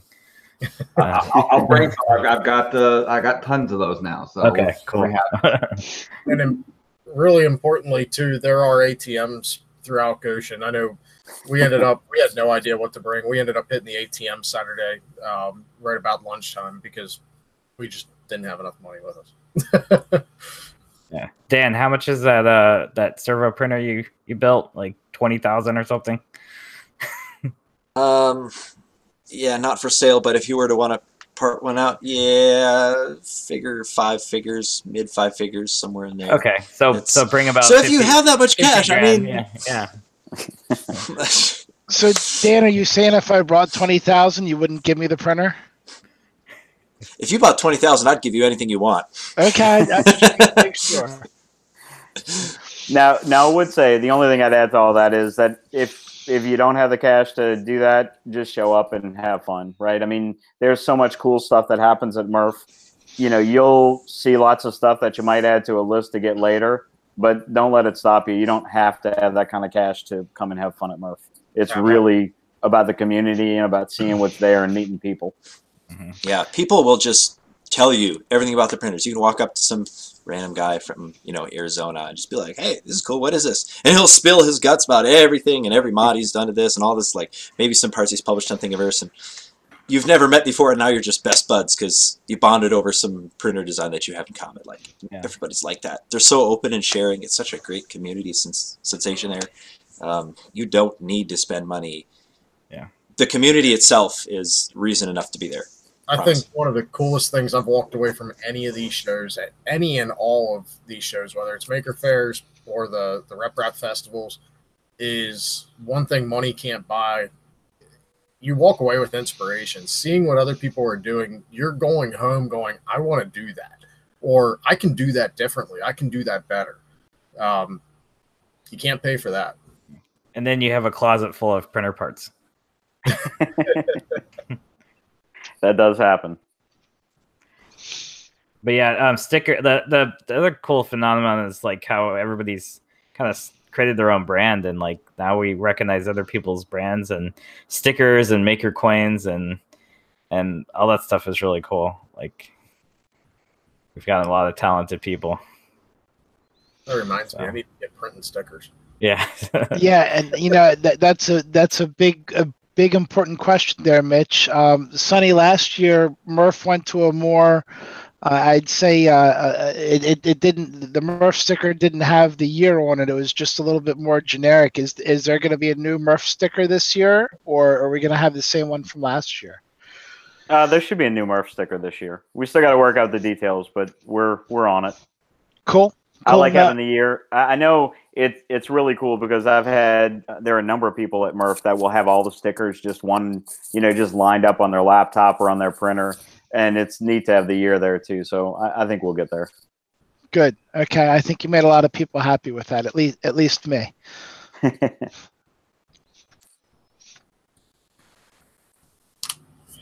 Any other questions? I haven't seen anything roll into the chat. Anybody else on the panel?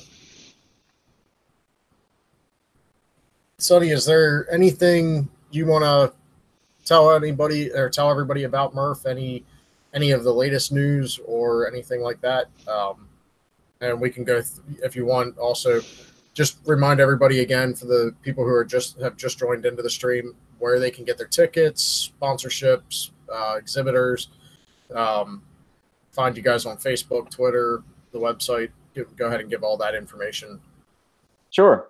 I absolutely can. So our Facebook page is where we have most of the communication that goes out about Murph, and that's where most of the questions are submitted, answers. That's really the best point of any sort of questions, or even keeping up to date with what's going to happen at Murph. Likewise, you can on Eventbrite is the best place to get your tickets. You can sign up as a sponsor or as an attendee, and that's by far the best thing to do. I would say to everybody, if you're coming to Murph, book your hotel soon if you haven't already, because the hotels fill up really quickly in the Goshen area, and so we wind up booking all of those up. But that's we'll be working through more of the details as we get a little bit closer, like we always do. There'll be more posts to Facebook as we establish some of the things this year, and we will put pre-sales up for t-shirts and mugs and whatnot, so folks can go ahead and get those signed up in advance. And if you can sign up in advance, it definitely helps us, because we always struggle with how many to have on hand.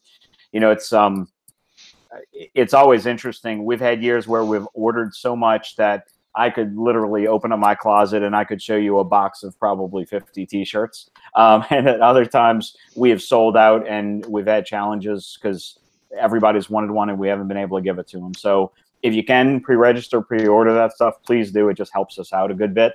Other than that, I look forward to seeing everybody there, and it's a fun event. John and I have fun every year we put it on. I'm not nearly as charismatic as he is. I'm not as pretty either. But it's he can articulate it much better than I can. But I really enjoy the event, having everybody, and I look forward to seeing you guys this year. There was another question in the chat for you, Sonny. If someone wants to prepare a window sign like we were talking about for the trip to Murph, is there an official logo, and is permission needed for somebody to go and create a stencil or cut some vinyl decals for people? There's an official logo for Murph. We haven't done the year portion of it. I don't think the Murph part itself can change. We'll do something about the year. We haven't really had that question. If someone wants to make a sign, I think that's all good. If you want to make products you're going to sell or something, then I would say check with us. But if you're just making something to stick in your window, do it. I mean, it's all about having fun.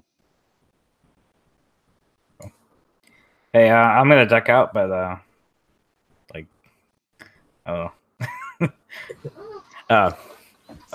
anyway, so good to see you, Mitch. Yeah, Thanks well, for coming. I'm gonna actually so I am rooming with Martin's gonna be there, 3DP Iceland, so he should be bringing his cool landscapes. He wasn't in the chat tonight, but I bet it's 6 a.m. there. So yeah, he was going to join the panel tonight, but was feeling a bit under the weather still. He's been struggling with getting above the weather. Mitch, you want to tell everybody where to find you? Oh yeah, so I'm the logo Mitch 3D. I think I still have Mitch3D.com, but it should go to my YouTube channel, and I'm really gonna document this backpack 3D printer thing and get it done. But there's gonna be a backpack 3D printer version 2. I'm gonna make it happen somehow. Cool. Hey, Even if I'm literally just strapping it with bungees to the back of my shoulder.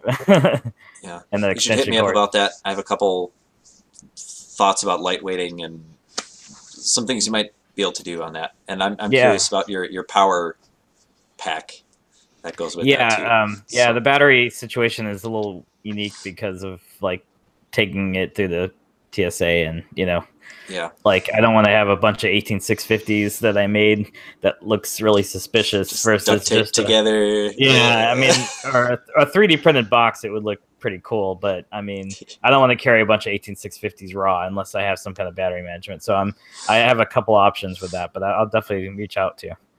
But hey, this guy's bag looks funny. Let's take him in for the search. They do. They did the last. You're carrying what?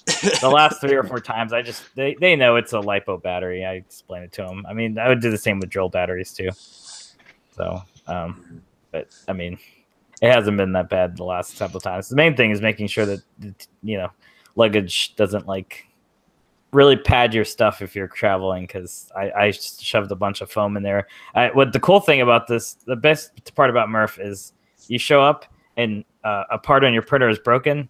You just ask your neighbor, hey, can you print this part for me? And then like in less than an hour, they're like, oh yeah, here you go. It's the coolest experience to have that. So I'll leave you with that. All right, Mitch. Cool. I'll see ya. Take care, Mitch. Yeah, thanks. And John, if he comes back, I'll see him. Bye. Thanks. So, Richard, you want to go? Or am I early for outros there, Matt? No, you're all right. I think we're good. It seems like the questions in the chat have pretty much, I think everybody's run out of questions. So, yeah, go for it. Okay, nice delaying tactic there because I had a window open. I had to work my way around it to get a mic open. I haven't had a lot of input to this one because, as I say, I can't travel. But I do enjoy seeing what's new at these events. And if there is live streaming of the panels, I'll definitely be tuning into something like that. My name's Richard Murray. The channel is the Zadim channel. All the info is on here. Social media, I'm Zadim17. Tonight I've been working away on some horses from our therapeutic riding program. I'm printing those off in wood fill and getting them ready for an event here in town. So yeah, love the effort folks put into putting a show on. Now, I've organized train shows in the past, and I know how much work there goes into trying to do that. And I totally understand how at the end of the event, did the show actually happen? I didn't see anything. I was too busy. So thanks, guys. Thanks, Richard. Dave. Hey, again, David Randolph over at Printed Solid. We're excited for going to MRRF. We're bringing the whole team this year, or a good portion of the team. And we'll have some fun announcements, and we're going to bring all sorts of our fun stuff to sell and chat with people. I'm just happy this year I'll finally be bringing enough people that I can actually leave the booth and really interact. So I'm looking forward to it. Yeah, you were pretty tied up last year. Yeah. Dan, go ahead. Well, I'm Dan Halvorson. Thanks for having me on, you guys. This was a lot of fun. I will be there with Art3, Additive Research Technologies, and we'll be showing off a big tool changing printer with kinematic couplings and servo drive and 75 volts of goodness and independent lead screw leveling and 10 stepper driver channels. It'll be fun. Well, all sorts of crazy projects there. So hit me up at Techie Fiddler on all sorts of social media. I love talking about printer troubleshooting and crazy printer ideas. So yeah, thanks. Oh, and there went Ross. You know I was going to call him next. Oh, and he's back in a flash. He heard me. Hi, I'm Ross. I've got a YouTube channel called Geared On For What. You'll probably see me at MRRF with this balancing robot type thing. I'll have my Prusa i3 with me. My mic was still muted that whole time, wasn't it? No, you were good. We heard you. Oh, really? Oh, okay. Yeah. Okay. And yeah, so this tentacle robot and the balancing thing, I'll not gonna have a booth this year, unfortunately, but I'll be at the tables in the middle of the area, and you guys can come talk to me, and I'll bring a bunch of other stuff too. Yeah, it'll be a good time. Geared On For What on YouTube and GDFW17 on Twitter. Great. Thanks. Great. My co-host tonight, Matt. I dragged you in to be a co-host with me here. All right, you did good for your first one. I'm Matt from How I Do It. Haven't been showing you how I do much of anything on YouTube, but youtube.com/howIdoit. Hopefully that's going to change. I've got some videos that are in the process of being edited. Hopefully they'll be getting up soon, and I'll have some time to actually work on them. Always doing something, always doing another project. I post constantly on Twitter, occasionally on Facebook, and even less occasionally on Instagram. You can find me Twitter at Country Cowboy, Facebook and Instagram is just Matthew Flinchbaugh. As far as for the Friday night hangouts, the next European F3DPCH will be on Friday, February 1st, hosted by 3DP Iceland Martin. I don't believe they picked a topic yet, but I know they are preparing to pick topics out now for the next 2 months, like Chris and I have been doing for the Friday night hangouts. The next, or the U.S. hangouts, the next U.S. hangout is going to be Friday, February 8th, and that is, our guest for that one is going to be Scott Latine, the developer of Marlin, or one of the developers of Marlin. Scott's going to come on to answer questions from the chat and from the panel about the development of Marlin, struggles that he might have faced, things like that. That'll be, again, at 10 p.m. Eastern. The European stream on the 1st is at 20 UTC or 3 p.m. Eastern. As soon as we have information for that one, we'll have it posted up on Twitter for the topic for the European stream. You can follow the Friday Night Hangouts on Twitter at F3DPCH, Facebook, Friday 3D Printing Community Hangout. There's a public group and a streamers group. You can join those groups to kind of keep up with some of the side chat about the streams. And if you would like to join the panel, you can join the streamers group. We do ask a couple of questions there just to verify kind of who you are and your reputation in the community. We try to keep the streams family friendly, so we do vet a little bit, but I mean, we're not picky about who actually comes on the panel. So join that group if you're interested in streaming. And other than that, everything else, Friday 3D Printing Community Hangout, you can find at f3dpch.com or friday3dprintingcommunityhangout.com. And I'd like to thank John and Sonny both for not only coming on the stream tonight to talk about MRRF, but for organizing MRRF, for making MRRF what it is. And I'd also like to thank Chris for hosting tonight and lining up John and Sonny for tonight.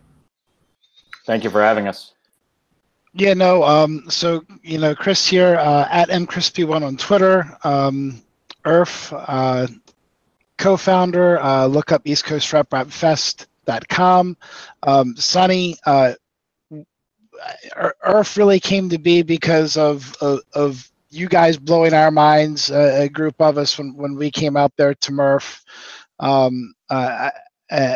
We've learned a lot from you. We respect what you and John do greatly. We're looking very much forward to coming out and seeing you guys in just 2 weeks or 2 months from now. Hopefully, we'll be having a beer together somewhere. And getting ready for a big weekend ahead. So thank you both so much for what you do. It looks like John's strategy worked. He gets off a little bit early, left you hanging with the bag, but you've been great, Sonny, for not knowing what you're getting into. We really appreciate you taking the time out and talking with us and the rest of the community. So thanks to everybody for your participation tonight. From here, if you want to drop off on the panel, you're welcome to. Sonny, you're free. And if anybody wants to keep talking, I'm sure a couple people might still hang out for a bit. And if I can add to that too, Sonny, and if you want to relay this to John as well, you guys are more than welcome to come back on the Friday night hangouts anytime you want. Next year, we'd love to have you guys back on again for MRRF 2020 to get talking about that as well. So you guys are more than welcome to come back anytime you want. That'd be great. Maybe you guys do a Friday night panel on the Friday of MRRF. That is the second March U.S. stream is that Friday night. We're going to try to line up a host who's not going to be there so that, like, for me, I'll join in, but it'll be when I stop at a truck stop on my way there. But yeah, we're trying to get somebody to host Friday night who won't be at MRRF so that we have a reliable host. And yeah, there will definitely be a stream Friday night. And anybody who's at MRRF Friday nights, more than welcome to join in. Awesome. Hopefully I can host that night. And that lets the rest of you on the road focus on that and join in as you can. Yep, you did that last year for us, Richard. We were all in transit or in party mode at that point. Yeah, I think a number of people were at a restaurant or something like that. So. Yep. And Sonny, if you want to do a quote unquote post-mortem after the event this year, we can look at that too. And, maybe we'll have some pictures of some of the cool new stuff that people brought out to show. Yeah, I think I'd love to do that. Cool. Thank you, everybody in the chat as well for joining in tonight, asking your questions. There is a forum for 2 weeks from now when Scott's going to be on. If you have questions ahead of time for the Marlin development, keep an eye on Twitter and Facebook. We'll post the links there as well as on the website. Okay, I'm done with that. Sorry. So, Sonny, just so you know, at this point, once we get to the 2-hour mark, we don't try to necessarily stay on topic. So, at whatever anybody wants to talk about, we can talk about, or we can end it here too. Either which way. We'll let folks know I'm still looking for a good model of my hat. We've had that hanging out there for over a year now. So one of these days, hopefully someone will do some submitting of hat models and we can compare. I'm going to duck out here for a minute, but I'll be right back. Yeah. I'm curious what everybody's going to be bringing to MRRF. Does anybody have any projects that they're going to be sharing or stuff that they can talk about right now? I know some stuff is under development that people don't want to spill the beans on just yet. But well, Dan, I know you have something that's smallish that you can. I think I've seen some pictures of it on social media.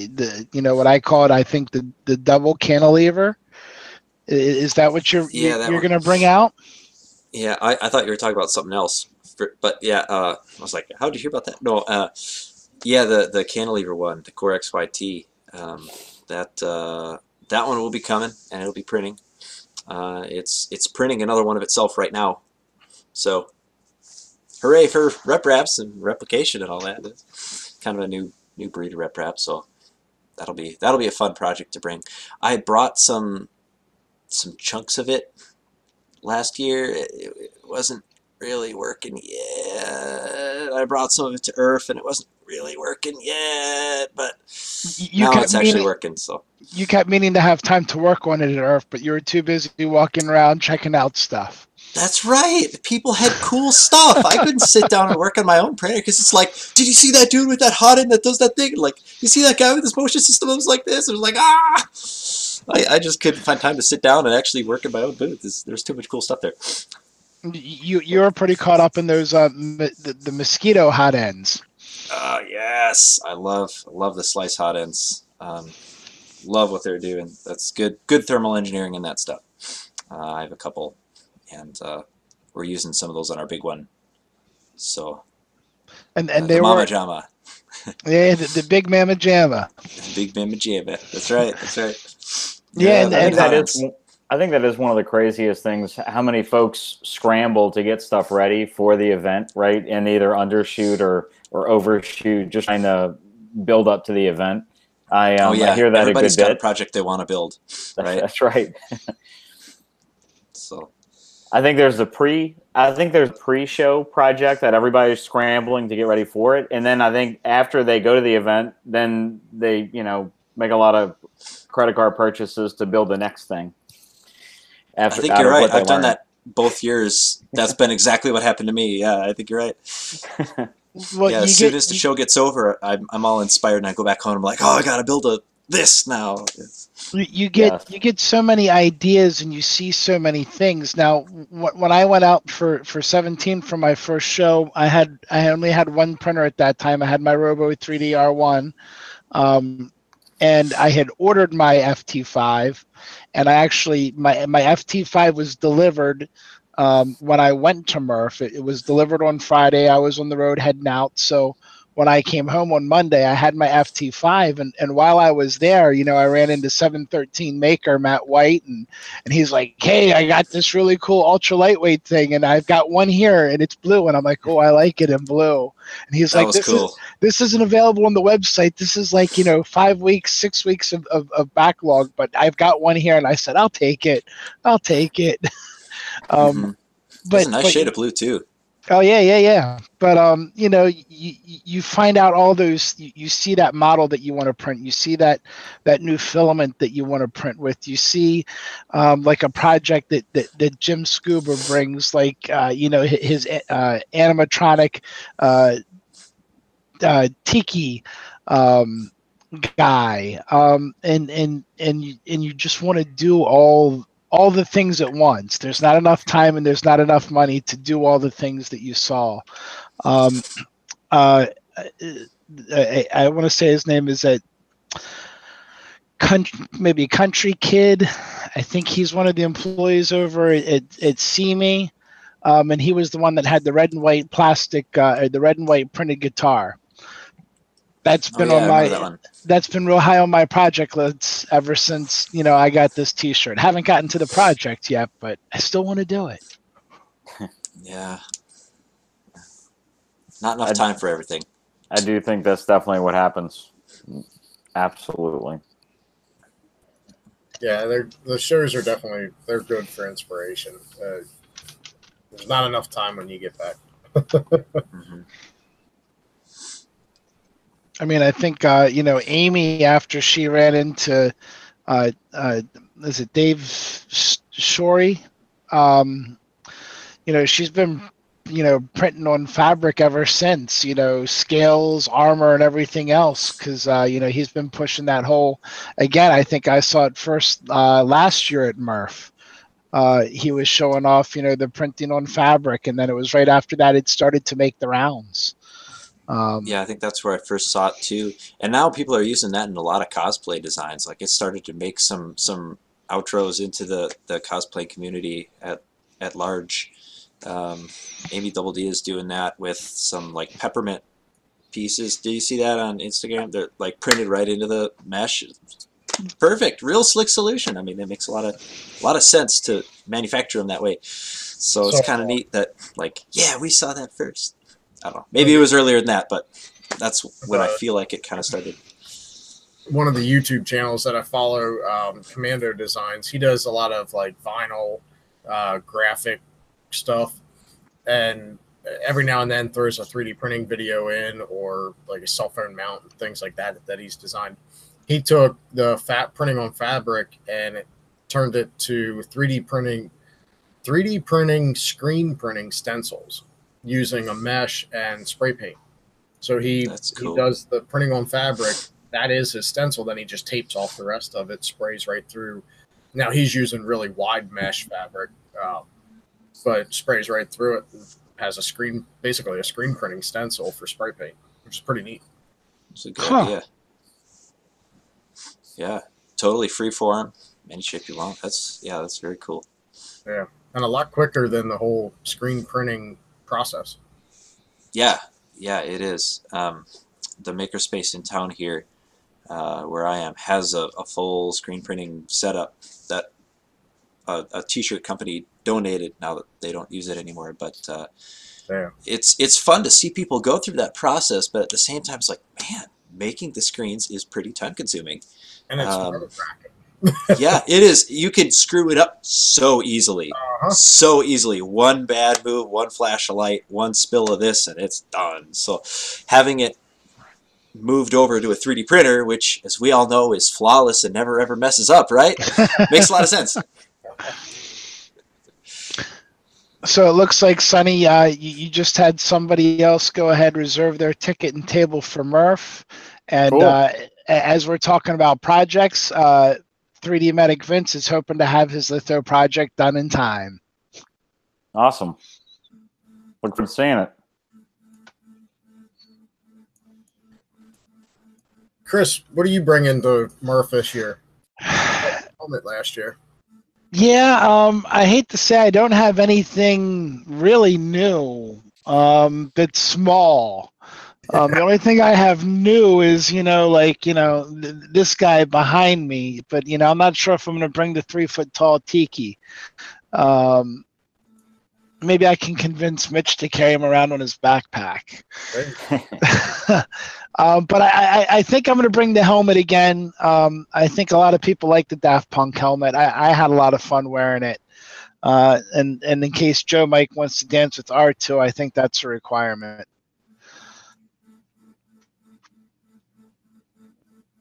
I'd love to figure out how to get the Friday night community build logo to Murph, but I'm not running my pickup truck all the way across 3 states. Yeah, that'd be a hell of a haul. I know you had enough trouble getting that home. Yeah, initially it was just going to be Jen and I coming out, and Dixie decided that she wants to come along too. So now I can't fold the seats down. If I could have put the seats down in the Explorer, it just barely fits with the hatch shut. If I fold all the seats down except for the 2 front seats. Gotcha. So, yeah, I can't make the trip because of that. But I'd much rather have her come along. No, you just strap her on top of the roof. Priorities. The printer's got to be inside. The hardware's got to be inside. Protect it, right? If I'd listen to Dave and put the resin backing on the logo, I'd be able to just stick it on the roof of the Explorer. Mm-hmm. True that.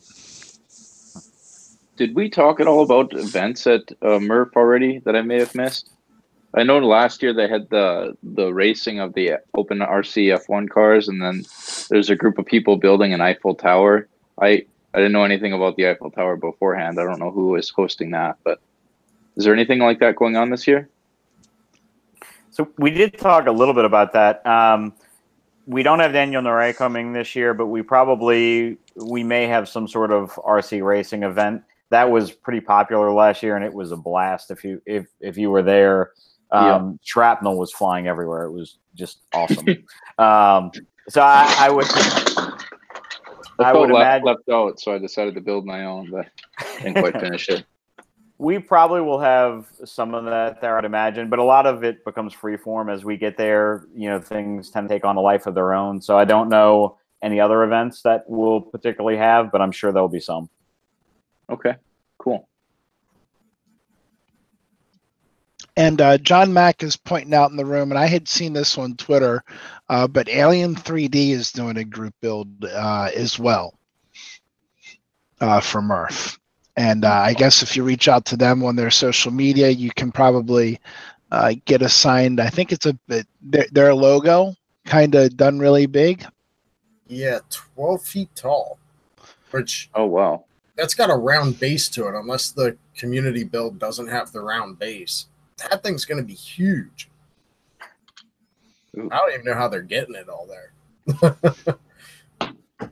Well, I'll tell you why.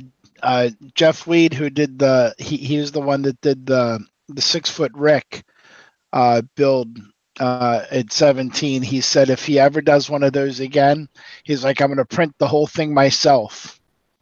He's like, I'm going to sign out all the pieces, but I'm going to print the whole thing myself because there are a lot of pieces that never came in. Yeah, I got really lucky with the Friday night logo at IRF. Only, well, initially we were missing like 21 pieces that got forgotten in Philadelphia. And fortunately, Potent Printables stopped on his way down through and picked up all those pieces. I put a message out mid-afternoon on Friday. As soon as I found out, I got on Twitter right away. I said, is anyone coming down around Philly who is willing to stop and pick up these pieces? Because without it, that logo never would have been able to even got finished. I never would have been able to print enough parts at IRF. Even I had, I think 20 some printers available. People offered that if I needed any parts printed at IRF, they would stop whatever they were doing and print the parts for me. I ended up only having to print 2 pieces at IRF, and I did them both myself, super fast. And those pieces didn't get glued. So when I got the final pieces from the people who printed them, then they could go in, which I'm still waiting on one of those. I got to badger Uncle Jesse a little bit more. Uh-oh. Yeah, I think he's coming to Murph this year, so I'm going to try to remind him to grab that part and bring it along. Son was in trouble.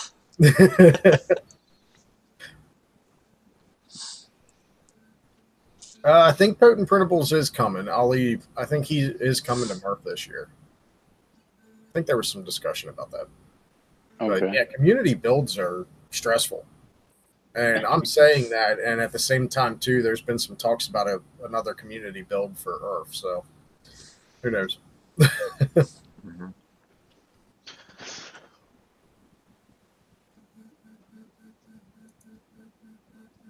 Yeah, I wish I could make it to IRF, but I think that's just too far away from me, where's that at? East Coast somewhere? Yeah.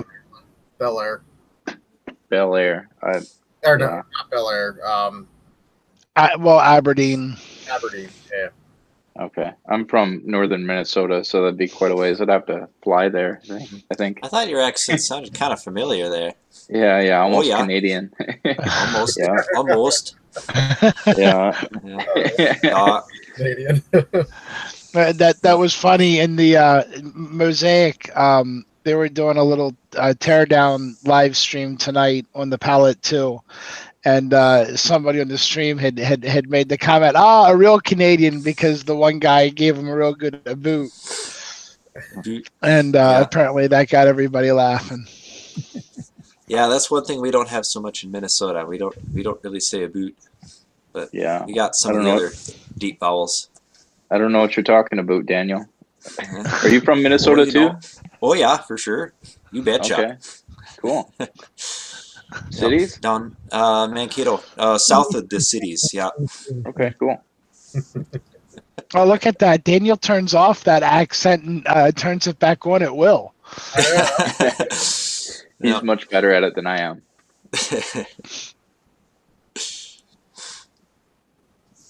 Cool. Well, gang, I hate to say, I think I'm starting to hit the wall. It's been a long day. But Sonny, again, good to see you. Thank you for your time. Looking forward to seeing you. Like I said, 2 months from now, let's make sure we're having a beer about this time. Absolutely. I look forward to it. I'm hitting the same wall, so I'm about to bail too. So I look forward to seeing you in 2 months. Sounds good. Everybody have a great night. Yeah, have a good weekend, everybody. Thanks for having me. Thanks for being on. I think I'm done with this horse. I think I'm going to be